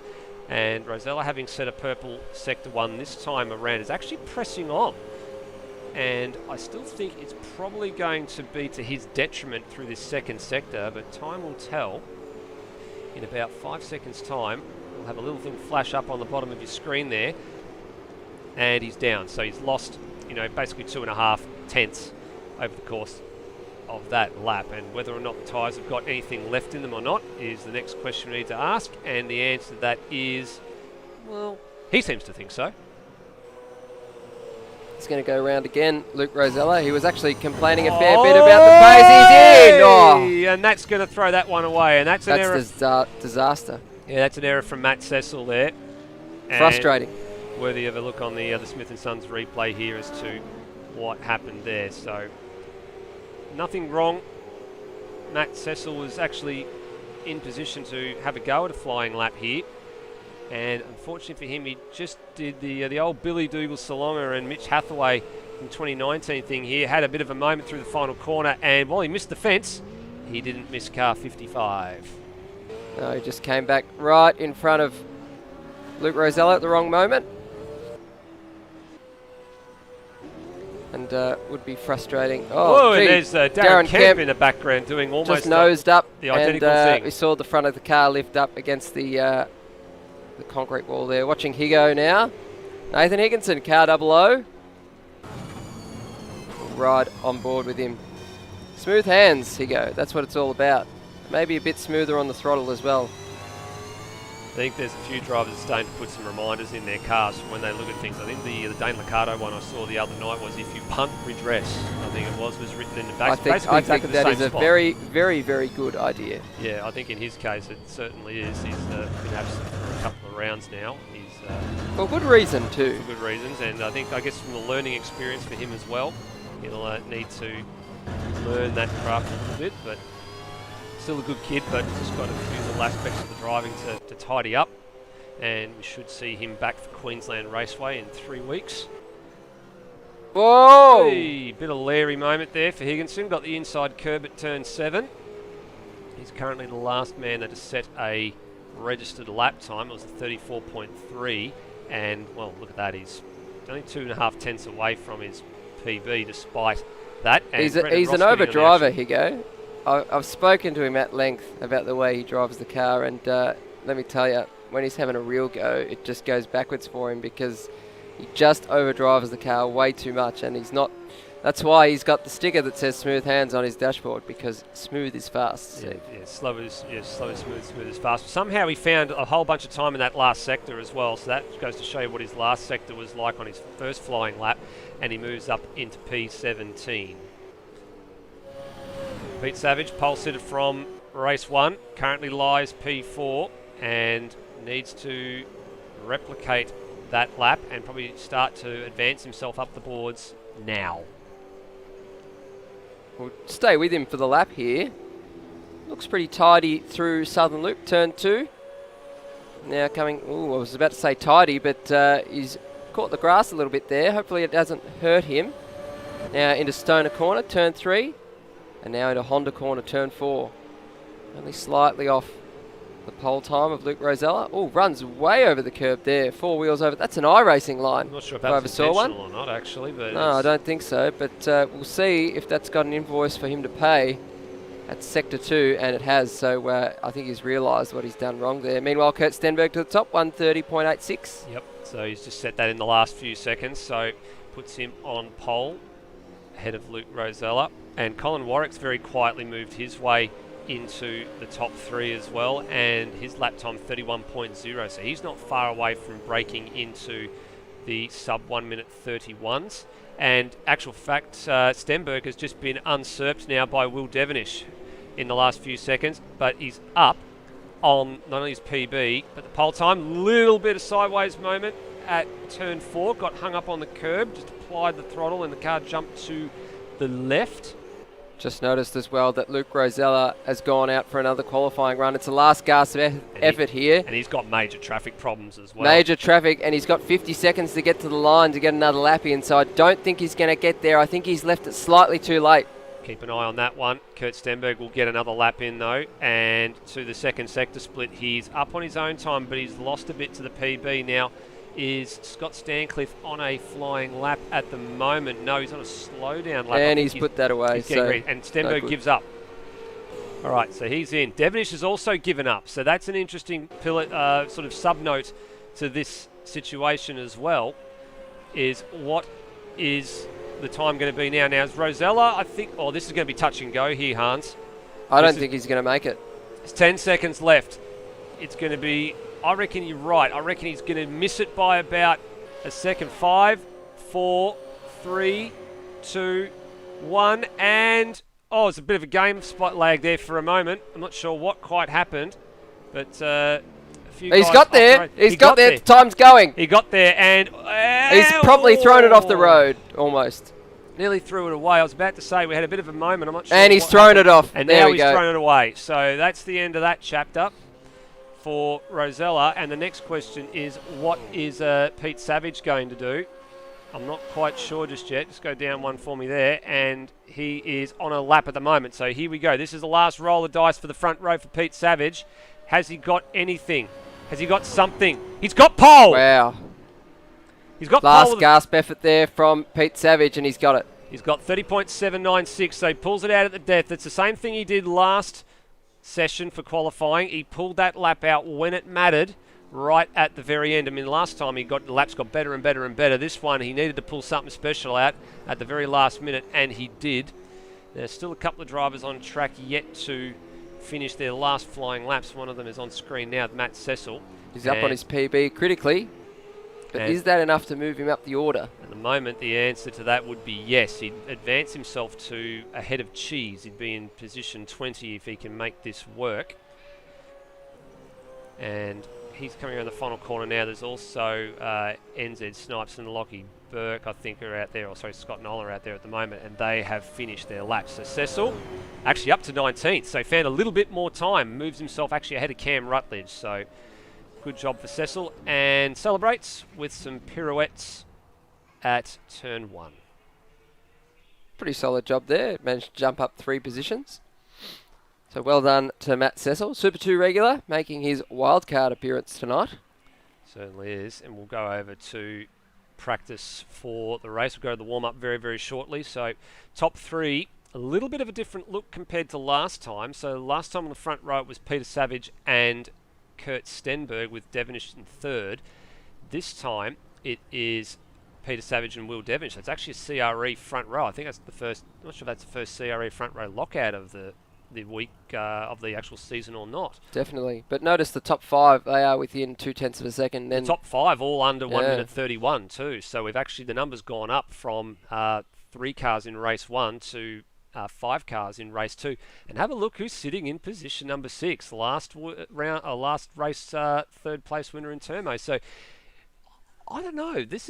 He's a bit of a dark horse in this one, isn't he? He's sort of come from the clouds in the last week or two. He's just started to just find a little bit. I think he's found a bit of confidence since the Super 2 round last week, which is very, very good to see, Turbo.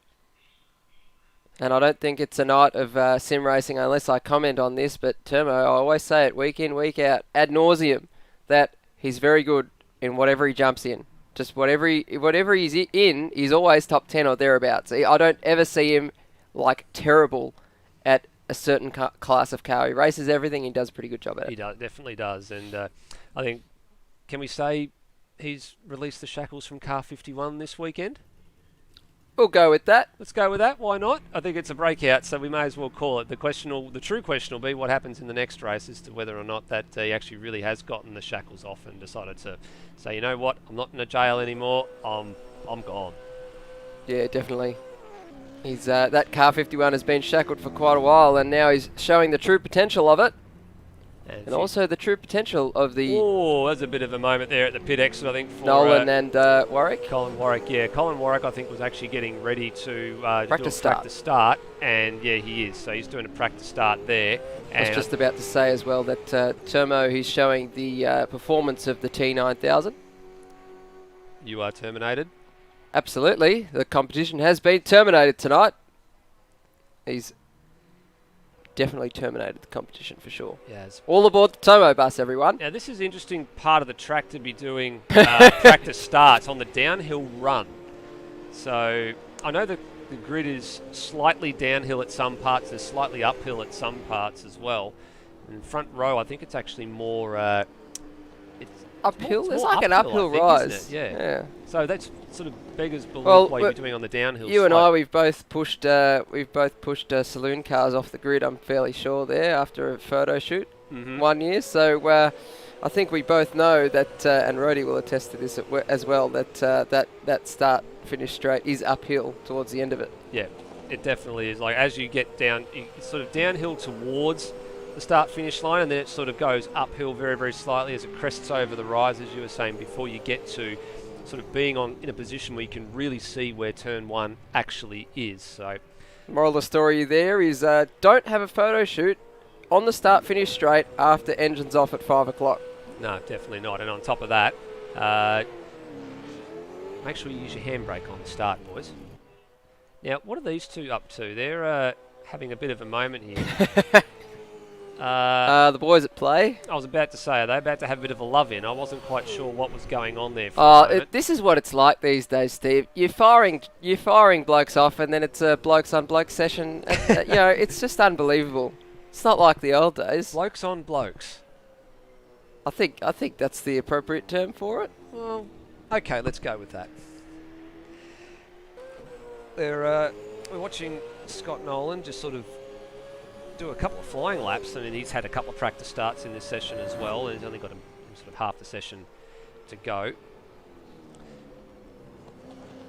Actually, I should remark, and I've been meaning to remark on this all night, that the SSR guys have been complaining about pace all week, and they've been struggling, and they managed to pull it out of the bag at the critical moment. But earlier on in the week, they couldn't believe that they were that far off the pace. So quite a bit of soul searching later, they managed to wheel out two pretty good Mustangs. Yeah, they have actually. So Rosella being sort of pointy end of the point standings at the moment, consistently finishing in those top 5 positions. He's had a couple of podium finishes now, 3rd place, 2nd place. Hasn't quite cracked the race win. That's the one thing I think he needs to tick off the bucket list in ASR, is to get a Supercars win.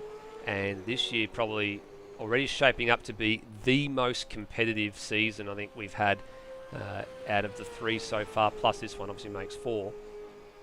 But you look at 2018 with the eventual winner being Bretton Hobson, and finishing that one ahead of Lewis Wedding at the end of the day. Gee, how times change. That's how times changed. SSR, of course, getting the very, very first Supercars win. Bretton Foley in 2019. In pretty much he had a really dominant run after the Bathurst race. Remember, you and I remember that race, his brutally uncompromising Bathurst 300 victory, and that was pretty much the catalyst to he overran Phil Boak at the end of the day. Kurt Stenberg last year's winner pretty much had the title in hand going into the final round at Sakir. Mathematically, it was still possible for the title to change hands, but it pretty much needed a lot of luck on Will Devenish's behalf to make that happen. But he dominated pretty much that season, and reset most of the track records throughout the course of the year. And this year, it hasn't got off to the same sort of start that last year did. Basically, there's been three race winners already over the course of the season. Kurt Stenberg, Will Devenish, and Colin Warwick, and a couple of different podium sitters as well. So point standings will definitely tighten up after tonight is over for sure. Real sort of trouble, and we've said this about Will at the last round when he finished 10th at the first race of Symmons Plains, is that on those bad days, it's about how you best minimise the amount of points that you lose. And when you're finishing 10th and 9th, and your nearest rival is finishing in the likes of first and second, the points deficit is quite a lot to overhaul. There's 300 points maximum a night as Nolan destroys the car. The chassis right off, get a new one, boys. New one. The points deficit is, it's 300 points in a night, so you sort of divide that by half, means you get 150 points for a race win, and as you work your way down the order, the gaps might not seem like a lot, but in reality, it's actually quite a huge deficit to overcome if it happens too regularly. Yeah, absolutely. And to use a phrase that a lot of Olympians like to use, we train because when we have a bad day, we should still be able to get the gold. So I think Will perhaps needs to look into that, because on his bad days, they're very, very bad, but his good days are very, very good. So he needs to be able to, I think Kurt Stenberg has been very good at that, and he's shown that over the last year and a bit, that when he does race here, he's able to pull out some good performances, even when he shouldn't.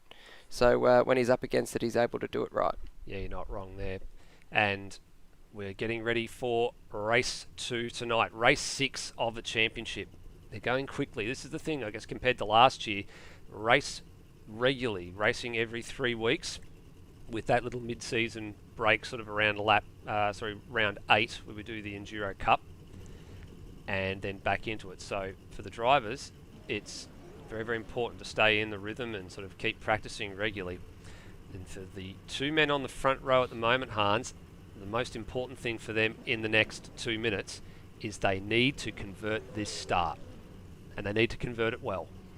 Yeah, absolutely. There's no point qualifying on the front row and setting an absolutely blistering lap when you can't go anywhere off the line. So, and that proves that you might not be able to qualify that well, but if you do get a good start, it puts a car that is otherwise not that good into some sort of race contention for the early stages at least. Get a bit of TV time, but the TV time right now is going to Pete Savage. First car off the rank, and also stellar pole position at 130.79. Will Devenish in second. He's just gone off the road. What's happened to Will there? Has he had an issue? Or that sounds like a wheel failure to me. It's happened before, and it turns out it's happened again. And Colin Warwick in third place gets promoted up to second. Kurt Stenberg in fourth. Luke Rosello in fifth. Termo in sixth. Tim Redmond in seventh. Scott Stancliffe alongside his teammate in eighth.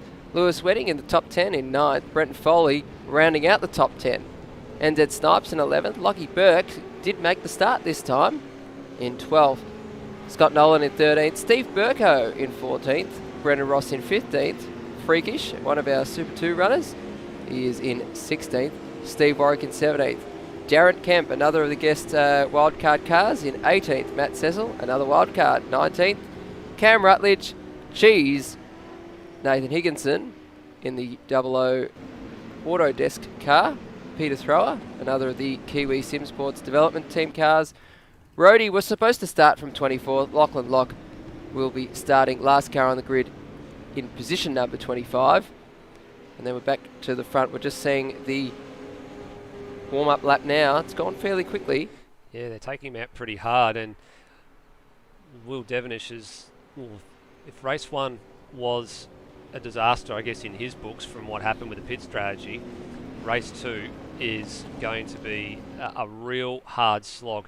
You know what I think may be the case here? I'm sort of just in the back of my mind wondering whether or not he actually changed tyres after the last session. Maybe he didn't realise and he's decided, you know what, I actually can't make the distance need to. You know, it's better, I guess, to sort of start from the pit lane than lose, you know, a second spade of 30 seconds at racing speed throughout, you know, the course of a race like he did in the last one, and ultimately almost cost him a top 10 finish. He managed to work his way back to 9th, and he had a bit of good fortune in that as well. So he's got to have a bit of work to do. There they are. You can just see them off there. Rhodey behind Will Devonish in the lane. But what that will do is it won't necessarily promote Stenberg to second. It will mean that there is a gap ahead of Stenberg on the grid. See here, that's the view that Pete Savage has, looking down the main straight. And there's the view behind with car 53 right up his chuff. Colin Warwick looking fairly aggressive here on the grid, just sort of pointing into that gap. That gap's actually opened up like really perfectly for him here. All right, grid looks like it's set. Race 6 is about to get underway for the ASR Supercars Championship in 2021, and we are away. And it was a better start this time for Savage. It wasn't so good for Stenberg, but the man who had the best start of the lot was Cole Warwick, and he surges to the lead, and they all fan out 3 and almost in some cases 4 wide behind as Warwick takes the race lead and leaves Pete Savage to fend off Kurt Stenberg and Luke Rosella, who sticks his nose in and takes away P3 from Stenberg with a bit of side-to-side contact. And also there's a bit of nudging going on there as Redmond and Wedding squabble over positions 5 and 6. Here we go, Lewis Wedding right up the clacker of Tim Redmond there.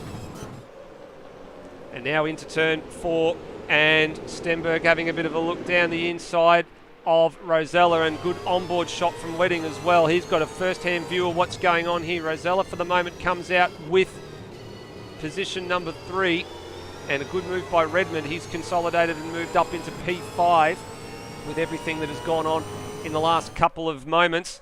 But Savage step for step with Colin Warwick as they head up through Lukey Heights this time. No contact like there was on lap 1 between the two. All nice and clean and all settled down, and they all file through in single file for the majority of it, running through MG corner. Rearward facing shot from Luke Rosella. Kurt Stenberg menacingly running through the last couple of corners. Hans, what are you seeing in this early going here? It looks like Stenberg's going to make a pass here on Rosella. He's got the move done. Yeah, he certainly does. And he's down the inside pretty firmly there at turn number 1. And there it is. So consolidated for P3. And for the moment, Stenberg moves back to where he started this. Actually, he started P4. So he's moved back to the podium positions for the moment as they charge through turn 3. Brent Foley's had a pretty decent start as well. And the field continues to file through. Now, where is Will Devonish and Rhodey? They have not had that free kick that the safety car gave the field that started from pit lane last race any luck at the moment. They're really going to have to work hard here and try and get some points. For the moment, Colin Warwick is clearing away. And Stenberg's moved through to P2. So has there been a mistake for Savage, or has he had a moment? Yeah, he's gone back. So gone backwards, what's happened there? So a bit of a worthy of a Smith & Sons replay here, and we've got the incident. So here it is. Stenberg was in P3, and Savage just went off the road. Outbraked himself at turn 4 and coughs up, what's that, 1, 2, 3, 4. He's coughed up about 5 spots there. Yeah, so he goes all the way back to 7th. And turn 4 is where it did all the damage. But Peter, he's pulled out 2 pole positions, but the races have absolutely gone terribly for him so far. And now he finds himself buried in the pack behind Brent Foley. Yeah, and he's going to have a look here at turn 1. Is he close enough? No, not on this occasion. So he stays put where he is. Scott Nolan's having a boxing on here with NZ Snipes, and Turmo just follows him through in the wedge and just says, I'll have another position, please. And at the moment she says, well, I'm going to make you earn it. And it's still a bit of overlap here between those guys at the back. And Cheese might actually be able to hang on to this here if he can stay close enough, but I don't know. This is 50-50 here, and Foley's around. He's around. Is he around? We're going to see. No, not quite. That's bit good. Larry Foley at his best, I guess, isn't it? Bit of a worry there. I was worried because that was definitely going to be a concertina effect if we ever saw one. And these guys are still arguing up to Siberia here, Termo and NZ Snipes. So there's a bit of racing room, a bit of respect given here, but I think the pass should be consolidated now. Termo's able to move across it. Oh, he had the moment there to move across and take the line, but he was a bit scared to do so. And Lockie Burke and Steve Burko are just biding their time at the back of these two at the moment, waiting for them to trip over each other. And opportunistic? No, not quite. So I think that pass should be done now. It should be consolidated. Meanwhile, Hunt's back at the front. Rosella is just sort of trying to stay with Stenberg, but he's just sort of just losing a tenth or two as the lap sort of wears on here. Yeah, I think Stenberg's made a mistake somewhere. I don't think it's going to give him a lap time across the line because... it has actually. It has. Maybe Luke Rosella's made a mistake somewhere, and I just saw perhaps it could have been a track cut, but it's given him a lap time as well, so maybe not. Yeah, he's got one that time around. It's currently the fastest lap of the race.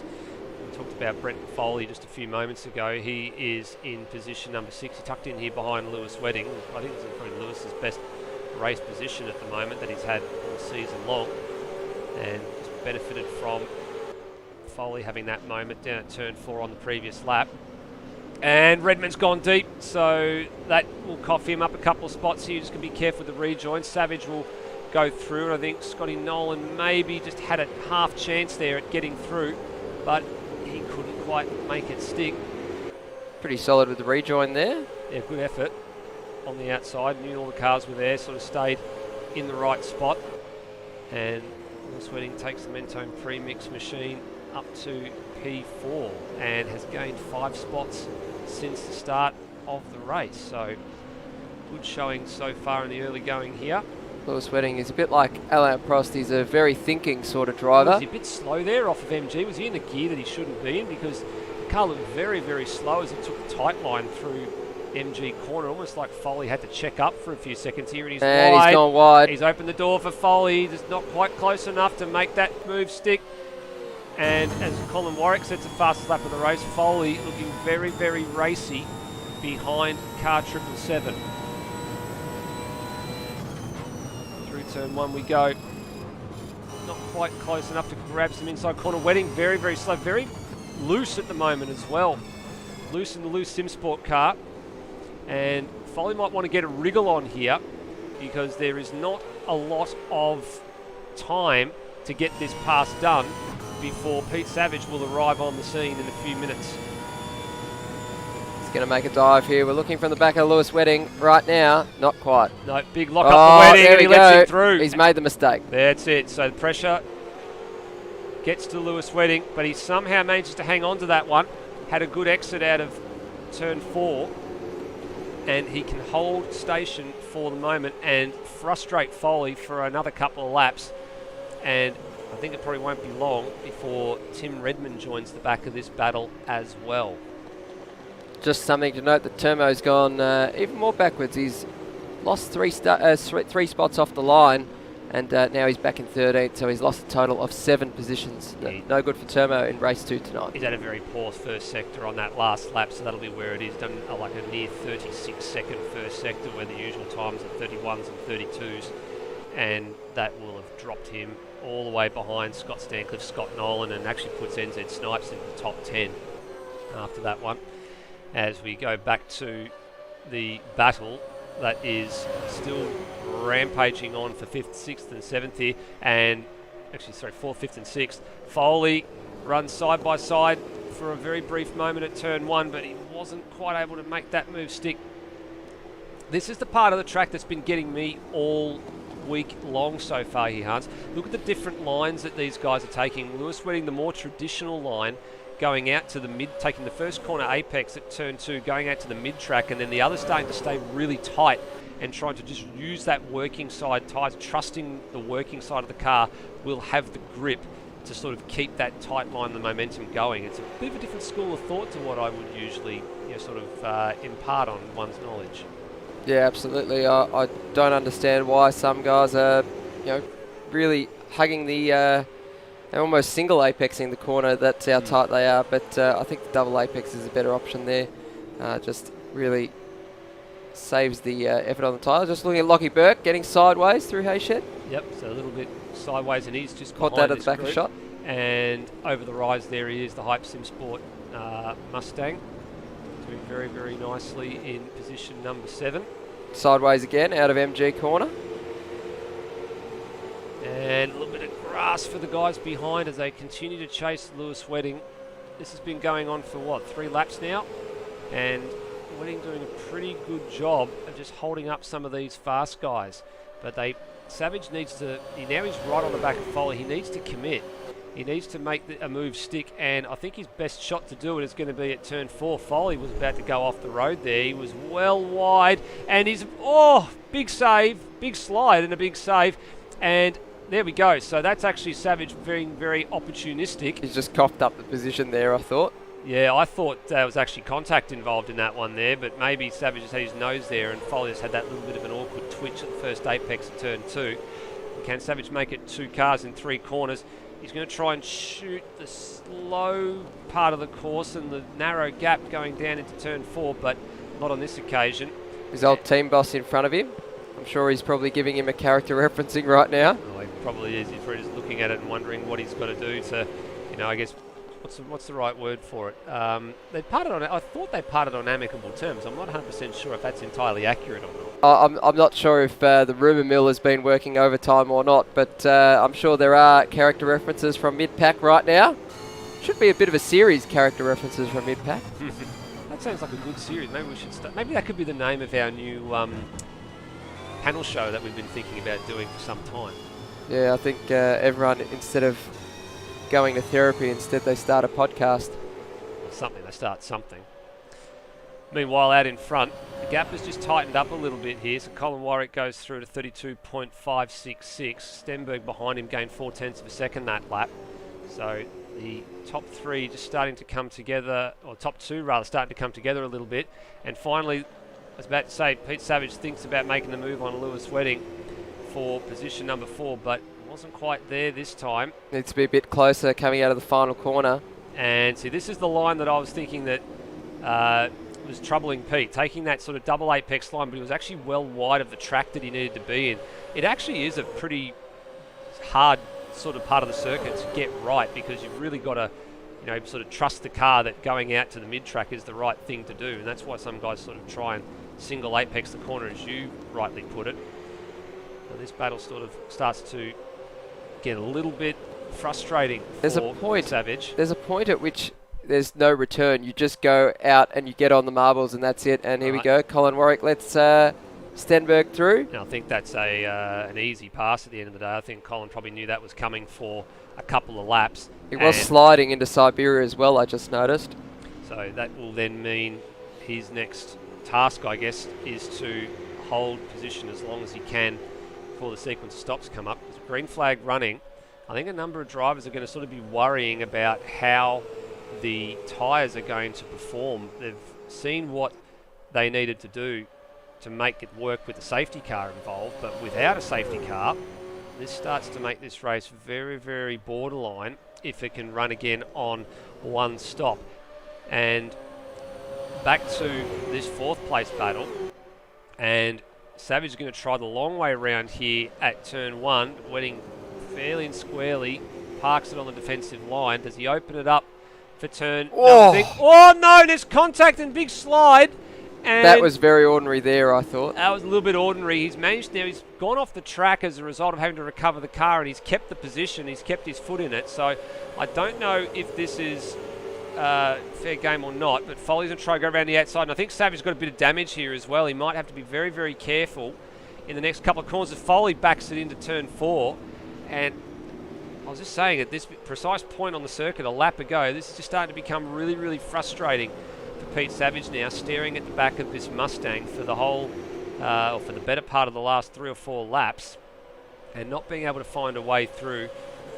I've got to take the approach here, if I was in that car, of just sitting back, looking after the tyres as best I can, and then thinking about what the strategy call is going to be. If you are going to try and make it on the one stop, you need to put some go into preservation mode. Yeah, absolutely. And Lewis, I think he was probably getting some flashbacks to every other race this season where he's been fired off by someone at some point. He's absolutely had a target on his back, unfortunately, for a lot of races this season. And, again! Oh, did you just see that? Pete Savage nearly went to the fence and made contact with Lewis Wedding at the most critical time. And Lockie Burke's in this now as well, so Savage has got to be ultra careful here because Burke is no slouch behind the wheel, and he's now trying to size it up around the outside at 1, but he's going to lose too much ground at that part of the track, at that speed, and he's going to have to think again. And now it's also dragging Steve Burko and Tim Redmond into this. This is going to get really interesting when we get to the pit stop sequences in about 2 or 3 laps time. These guys are going to have to be very careful about what strategy avenue they pick because it is getting really feisty. Foley's off choked the it. road. He's been put under some pressure and loses a spot to Burke. He might lose another one to Burko here, but he just hangs on. Burkey and Burko.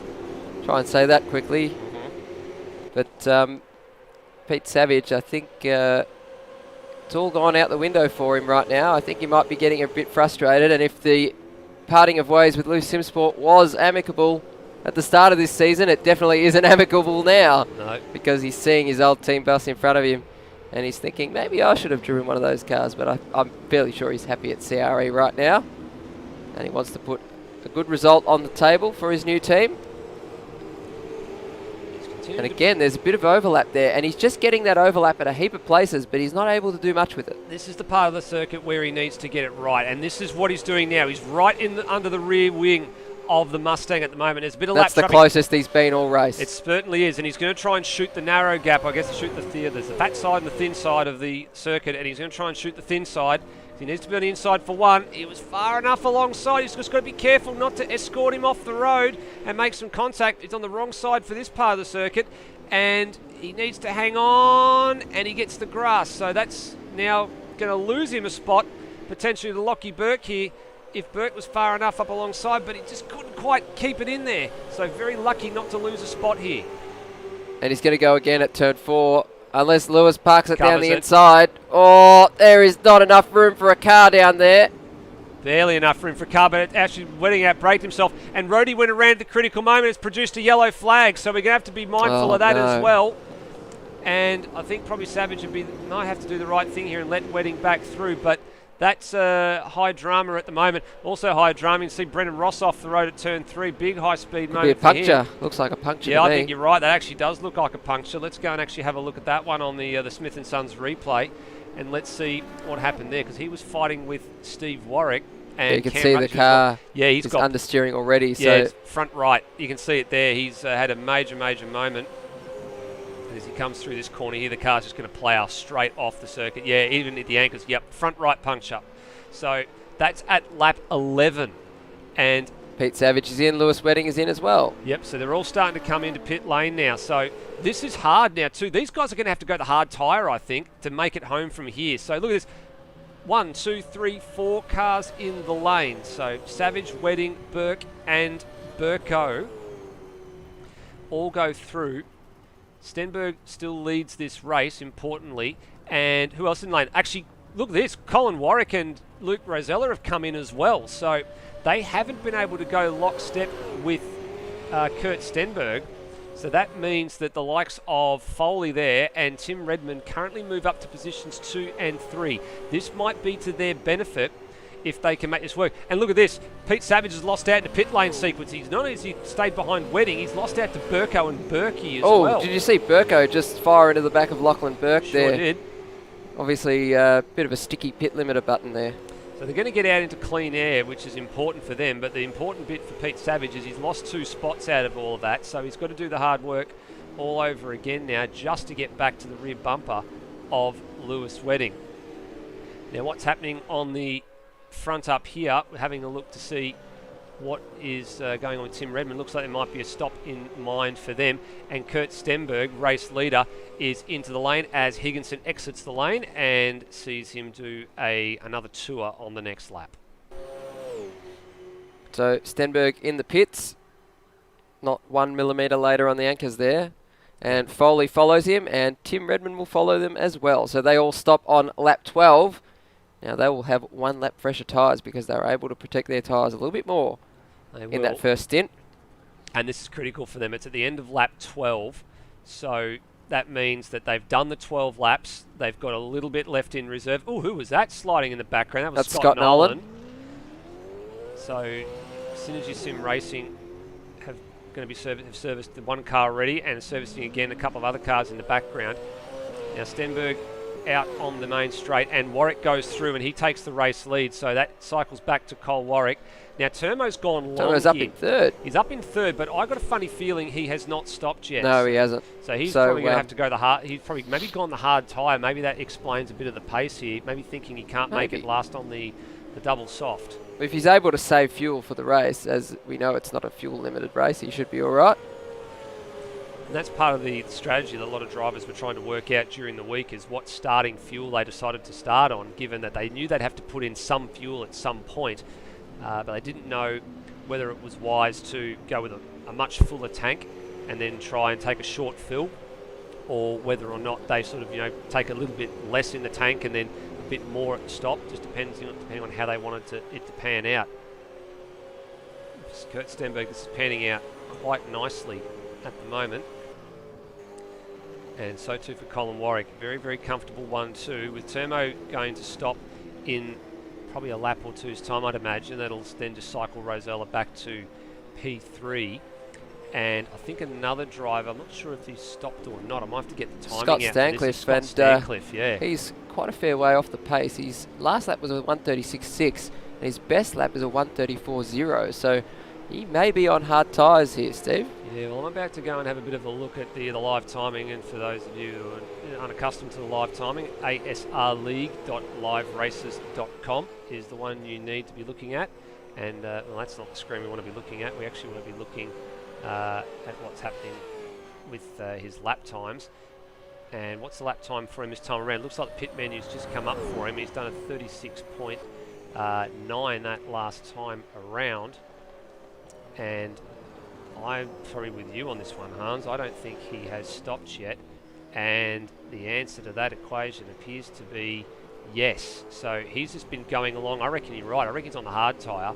He's been doing 35s and 36s for most of this race, but he's definitely going to have to stop. So he'll come out of position 4 at some point, and that will then promote Lewis Wedding back to position 4, who's actually right behind him right now. So the position actually may change hands before Stancliffe even gets to pit lane. So Stancliffe, he's managed to get himself some TV time, which is always nice, but he's definitely going to have to go onto the soft tyre here. You can see here there's a tyre deficit already sort of showing its hand, with Lewis Wedding being able to just move around the outside here. Oh, big slide from Scott Stancliffe's 718 machine, and Wedding wouldn't have been expecting that, but the pass is now made, and Stancliffe just says, yep, I know when I'm beat, and I'm probably coming into pit lane anyway. It's always the risk with hard tyres, and not just that, hard tyres that are old as well, and we expect to see him in where this is he lap. At the moment, he's position 5 currently on the road, and looking at where he's going to drop in. He's probably going to drop into a bit of an angry sort of 14th through to 17th place if he gets this one spot on right and locks it all up. Those tyres are not going to see the light of day again. There goes the angry pack that was, and his teammate, followed by Brett Foley as well, as he comes into pit lane. Now he can jump onto the soft tyre and just blaze on to the finish. Speaking of blazing on to the finish, Brent Foley is looking for a strong finish to this race. He's trying to box on with the other Kiwi Sim Sports car of Tim Redmond. Look at this. Oh, tried to stick the nose in. Tried the over and under, and there wasn't any room for him. And Devonish with the fastest lap of the race. Now, we haven't seen much of him all race long, but he will have stopped. And in that fastest lap that he just set, I think Pete Savage has just gone off the road there. And we'll see if there's a positional change. And there is. There is a positional change, and it's Lockie Burke.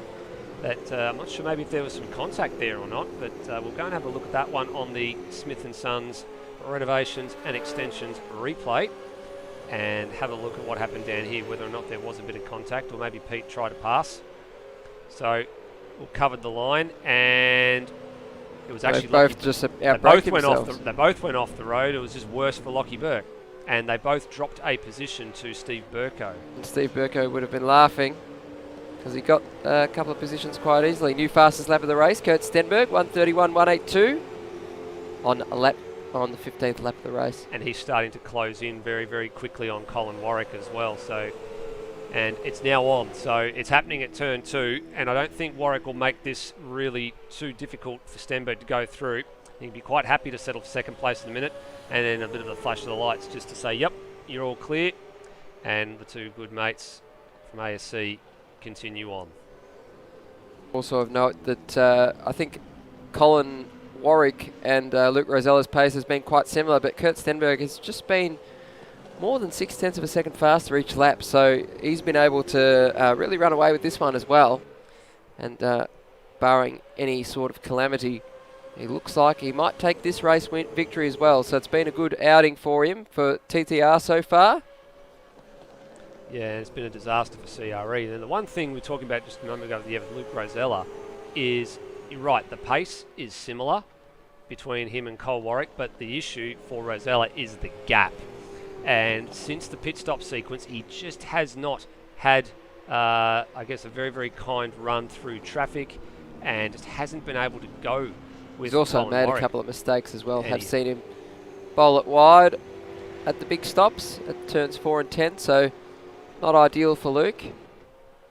And I think he'll be scratching his head as to how to get more pace out of this Mustang.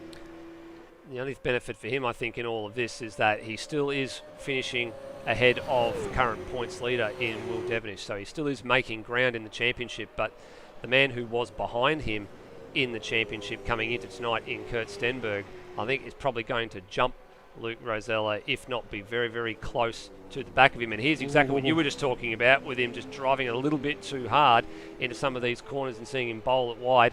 And Brendan Ross just sort of doing the opposite on the other side of the corner, not bowling it wide, but just getting a little bit leery on the loud pedal. Two kinds of slow right there you're watching. Yeah, absolutely right. The entry corner slow, and again the very exit deep, corner slow. very deep into turn 4. So he's struggling under brakes quite a fair bit, Luke. So we'll have to find out in the post-race interview what was going on there. And as we go back a bit further in the fields, Pete Savage has now found his way past Steve Burko, and the next man he needs to get to the back of is Lewis Wedding. So how many times have we seen this tonight already? What's the gap at the moment? We look at it on the live timing, and it is about 1.8 seconds. So it's not insurmountable with 6 laps to go in this race. They've all got a very, very similar tyre set. Now, should note that Pete Savage and Steve Burko, they've been racing with each other since the Forza days, so quite a long time they've raced against each other, and they definitely know how each other, how they drive. And I think Peter gets the advantage there. In the last race we saw Steve having the advantage for most of the race, but for the unfortunate lag incident. We're just watching a group of 3 cars on screen just behind them fighting for 7th, 8th and 9th. And that's Lockie Burke, Brenton Foley, and I think that's Tim Redmond. Yeah, correct, Tim Redmond with the white splitter on the car. It's the differences between the two cars, or the easy one to spot anyway. A bit of contact was there. Well, for whatever reason, Lockie Burke's gone wide and Foley's taken the position. And Foley goes through to P7. So ahead of the Daniel Cox designed Hype Sim Sport Mustang goes car 74, former champion. I should say former champion, not just supercars, but a number of disciplines over the journey of ASR. And I guess he'll probably be one of the ones that's been very, very happy to see that the Toyota Corolla is going to become one of the official TCR cars, given that they campaigned those cars in what was back in the day Oz TCR and TCC championships, and Foley winning 4 out of those 5 championships aboard a Corolla. So there's no Toyotas in the Supercars championship, but he's got the lion's share of the titles in ASR and a number of disciplines. And even by his standards, this sort of year already has been a bit of a difficult one for him, not just through illness, but through other personal things as well. Dust here at the circuit. Who's that? It's Brendan Ross off the road. That's actually the sister car, and he's going a lap down now as Foley, Burke and Redmond all go sailing past. Brendan Ross has had a shocker of a race tonight, so definitely not what he wants to see. And just seeing Foley cars a bit on edge there, as we see Lockie Burke and Tim Redmond boxing on there. These two have now come back together now that Foley's cleared away. Now Redmond's got some good pace. Last time around, Redmond was a little bit quicker than Burke to the tune of, which is a lot quicker. It was about 7/10 of a second. And if they keep pinching brakes like that into turn 4, he will be through in a flash.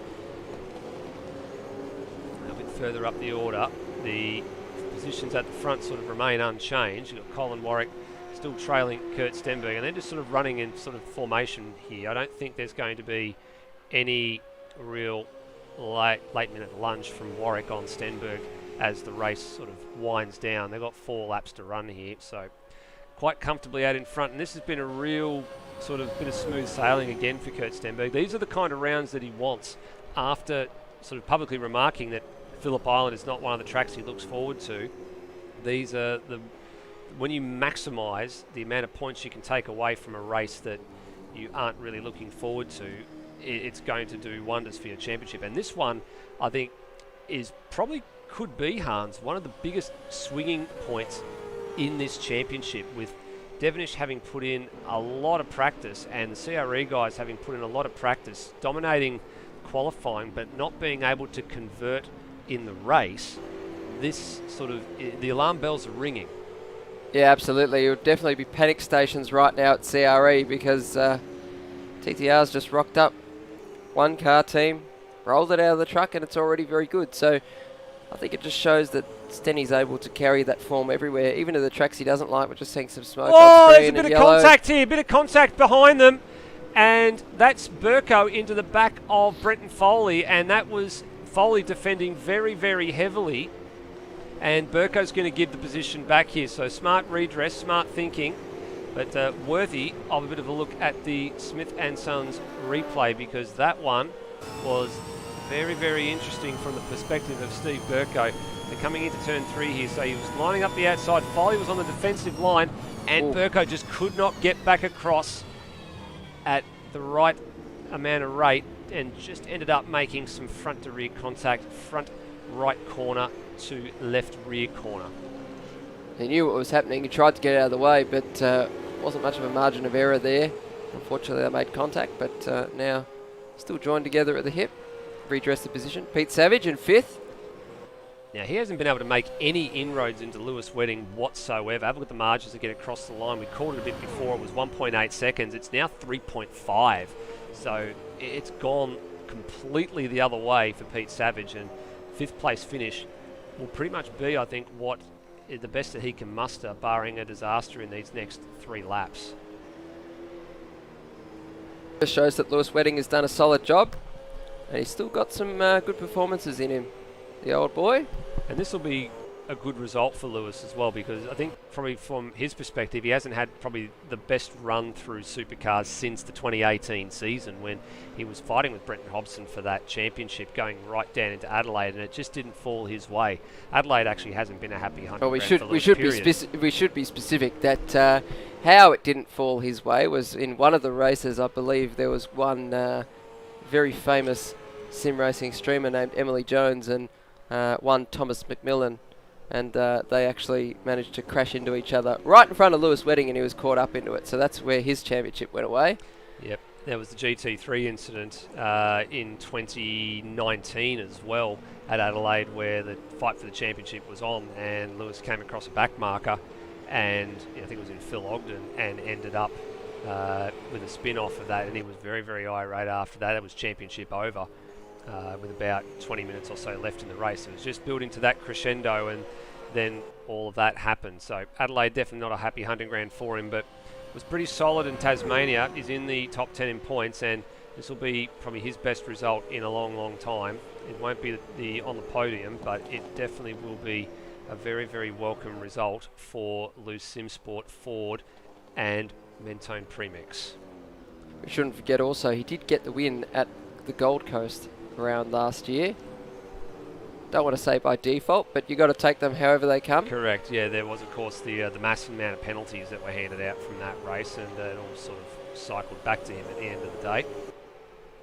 The Savages have started to rein him in the last lap. He's actually got the gap now down to 2.7 seconds, so he's found a second in the last lap, but I don't know whether that's just tyre performance or whether Lewis is just starting to fade a little bit. We have a look at the sector times. It actually was a pretty poor first sector for Wedding that last time around, 31.9 versus Savage's 31.2.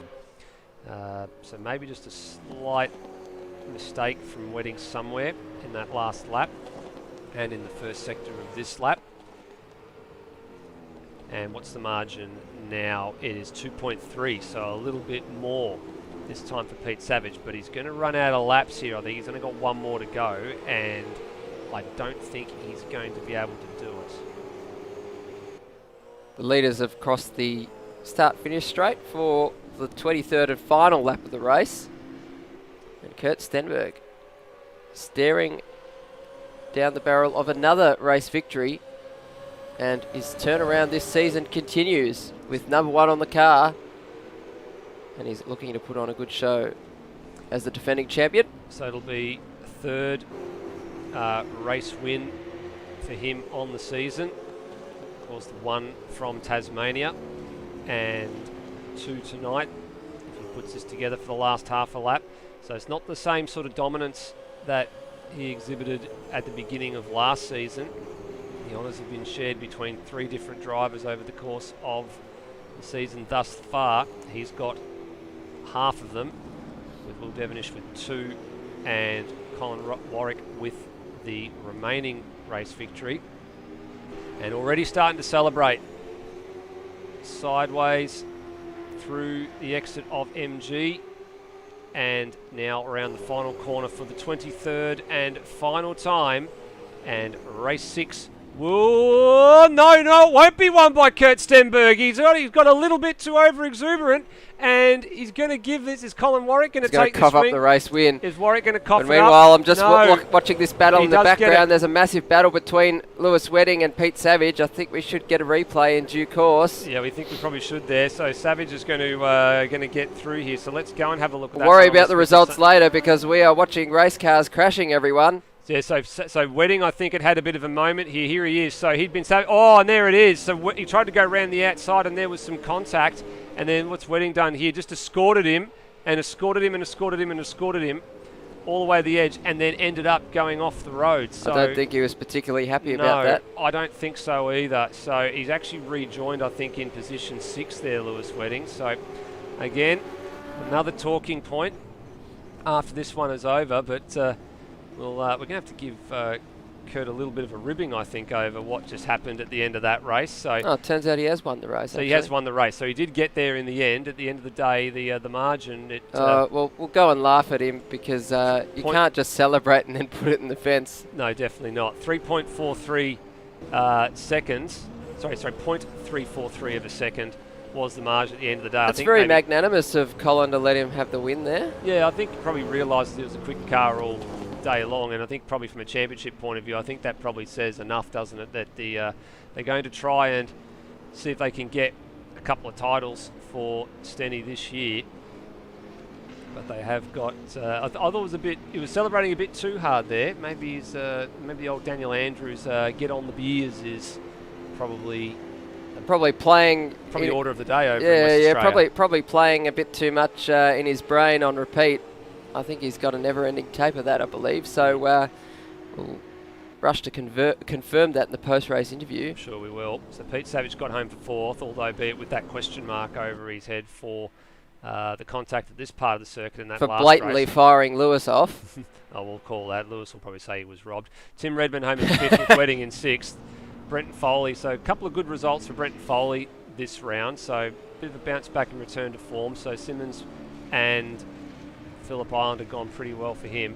And then Lockie Burke, another top 10 for Lockie Burke. So 3 out of the 4 races, He is really starting to drive very, very nicely and is well and truly entrenched in the top 10 in the championship. Scott Nolan, that's a good recovery drive from Scotty Nolan into the top 10. He's had a bit of a hard time this round. And then Will Devonish. Well, so he recovered to P10, Will Devonish. So probably nothing to be frowned upon for him there, but Don't think P10 is going to win your championships, though. Well, especially when your championship rival is finishing in positions 1 and positions 1, and you're finishing in 9th and 10th in the same race or pair of races, you're going to have a problem. Yeah, absolutely. And at the start of this season, I said this is what Will needs to not do. He needs to stop doing this, and unfortunately, he hasn't. So what this means is that Kurt and Luke and all the other runners, they're able to bring back that deficit on him, and obviously heats up the championship battle going forward, doesn't it? Yeah, it certainly does heat up the championship battle moving forward. Time for the podium presentations for race 6 of the championship. A couple of drivers still to make their way out of the race cars, but we have got the man who was in 3rd place for that second race tonight in Luke Rosella. So, Luke, a couple of podiums tonight. Really solid result, but still wanting a bit more from the SSR Mustangs. Exactly right, Hans. I am happy with 3rd place, but yeah, I'm just looking for answers right now. I had to drive for a number the whole second stint, and I still was very marginal on tyre. So yeah, we might have to go back to the drawing board on this one, Hans. A bit of confusion with the setup, but no, I'm pretty happy with the 2nd, 3rd places. Good for the championship. I think I'm either ahead or just short of Will for the lead, or maybe Kurt's jumped me. I don't know, but yeah, it's all about consistency right now. For the early stages of the championship, but yeah, well done to Kurt and Carl. That looked like they had a good battle. Couldn't stick with them, but yeah, on to the next one, I guess. Now, look, I remember you were complaining earlier on in the week. You said to me in the words of, how could I be that far off the pace? Not to say that you were that far off the pace tonight, but it was still not accustomed to seeing you perhaps not being, after a couple of races last season where you won, I don't think we're quite accustomed to seeing you struggle as much, are we? Yeah, I could say a lot of excuses, like I've still saw my old Will and set up, blah, blah, blah. But I feel most of it's just me, not really, I don't know, just not getting the grips with the car, I guess. Not really driving. I think I'm driving good, but not well enough to obviously keep with the front runners. But like I said, consistency is the main thing. And I'm happy where I am in the championship. So on to the next one. Well, you managed to get a solid points haul, and it's good results here for SSR. Hopefully they can go up throughout the season. Well done, mate. Thanks, Hans. 2nd place man tonight in race number 2 is Colin Warwick. Colin, good to see you back on the podium after you're missing out on Symmons Plains because you're actually moving house. So first of all, congratulations on making the jump out of home and moving into the new house. And secondly, your performance tonight in both races was pretty decent and had a good run and probably the best start of everybody in that second race. Yeah, cheers. Still getting used to the scenery in the new room, but yeah, no, it seems to be going all right. Tonight was pretty good. That last race there was quite fun with Stenny. I imagine it was quite fun, Stenny, and I think we've got to get straight to the talking point in this race. Is the last corner, and you were very, very, I guess, kind to Stenny to give that race win back to him after he got a little bit hard and celebrating and went off the track. I keep thinking maybe he was on the beers a little bit too much. Well, one of two. I mean, I can't commit to the full championship, so I was just trying to help Stenny get the maximum points. But yeah, he grabbed the handbrake instead of the headlights. Handbrake instead of headlights, Kurt Stenberg there. But Cole, I'm surprised you were magnanimous enough to let him pass, especially, I should say, happy birthday to you for last week. But 1 week since your birthday, you probably thought, my late birthday gift has come along 1 week later. So I'm surprised you let him back through, but no, it was a very good race from yourself, wasn't it? Yeah, no, it was good. I was actually surprised at how fast I was here because a couple of years ago when we raced here at ASR, I was actually like 8th or 9th around there. So yeah, just getting used to the new setup, and yeah, it was pretty good. Well, Colin, you've done an excellent job tonight. You've helped your, I want to say teammate, but satellite team, I guess. We'll call it that. You've helped him quite well, so a good way to do it. Well done, mate. Yeah, no, cheers, boys. Thanks.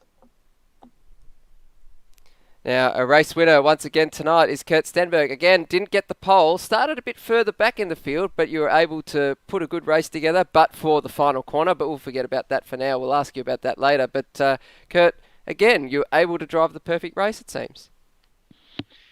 Yeah, mate.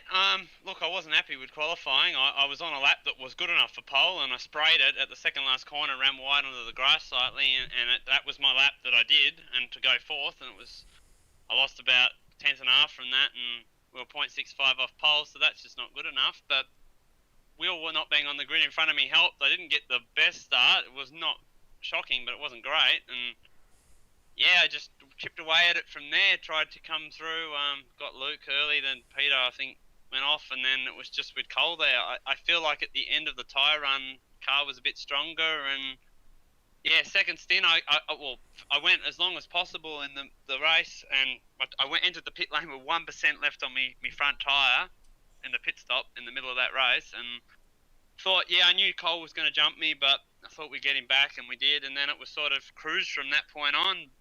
But It all worked out in the end. All's well in the end. But Kurt, I was going to say, before you said you entered the pits with 1% on your tyres, your setup of the car was very, very stable. It was able to just sort of work its tyres evenly all around. Would you say that contributed to that, or is it the way you drive it, or a combination of both? combination of both. Like, this is the same setup I ran last year when I forget where we finished, but I know Will won the race. And we had a really pacey car in that event, and the tyre wear was less of a factor around here. But we drove the car to some degree a tiny bit more conservative, not knowing you didn't need to slide it, but the biggest issue was the right front. So it wasn't really the rear tyres that you were worried about, and it was actually good in the way in which when the tyres wore off the car, normally I'm so used to in AMS it gets looser as the car progresses in the race, but the car was actually getting more understeery as the stint was going on, which meant you could steer it a bit more with the rear of the car, so made it a little bit easier to handle on those old tyres. But yeah, so it's a factor of both is basically how to answer your question. It all works out that way, but no, it's good. I did notice that last week in Super 2 a similar thing was happening with the front right tyre does wear a lot more, and like you said, you are able to drive the car with the throttle a bit more. But do you think that it's easier to overcome an understeer condition when you're with poor tyre life? It's interesting on that point. I don't actually know. Like, an understeer condition, you just enter the corner at lower speed to save the tyre. Where an oversteer condition, you just delay throttle. So it both challenges. This is a rare track where the front tyres actually wear more than the rear, because most tracks you're always struggling for rear tyre life, but because of the cornering speed here, and you're scrubbing your tyres on the entry of the corners, that's what contributes to the tyre wear. So I don't know, I feel like it is because it makes the car less oversteery at the end of the stint, I guess, but they're both challenges, definitely. So yeah, I'm glad that I think that the way the tyres were and the way in which the races were set up tonight favoured into my factor a lot more than everybody else, because yeah, like as you guys would know from last year, the longer races seem to suit me, and I know these are still sprint races, but because of the way the tyres wear, they didn't really feel like sprint races around a track like this. Whatever challenges were thrown at you tonight, you managed to rise to the occasion. Well done, Kurt. No worries, thanks guys, and I'll remember that my headlights are the other one on my button box and not the one that my handbrake is next time, so I don't try and have a crash at the last corner. We might forget about it in a week's time when someone, I don't know, manages to lose their way in pit lane or manages to fire into the pit wall. I don't know, something will happen, we'll all forget about it. People have short memories. A week is a long time in ASR sim racing, isn't it? It certainly is. Well done, Kurt. No worries, thanks guys. All right, and with that, round 3 of the championship is over, and in 3 weeks' time, Hans, we're off to our first trip to Queensland for the year. We're off to the paperclip. Off to the very famous paperclip. It gets bumpier year on year as well. It seems like a really simple layout on paper terms, but then you watch some of the racing there, and with a lot of tight radius corners and a lot of long braking zones, it does get quite hairy. As I found out not last year, but in the summer series, you can get fired around and punch from pillar to post at that track sometimes. So it is a bit like a NASCAR super speedway in that sense, because you do get hung out to dry. And it was a track that we missed on the calendar last year as well. So it's had a 1-year hiatus, but it is back. And in the sprint race format, I think anything is possible. You're right. Deceptively simple track when you look at it on paper, but far from it when you drive the thing in real life. Thank you very much for watching, everybody. We will see you next time. Please drive safely. Bye for now.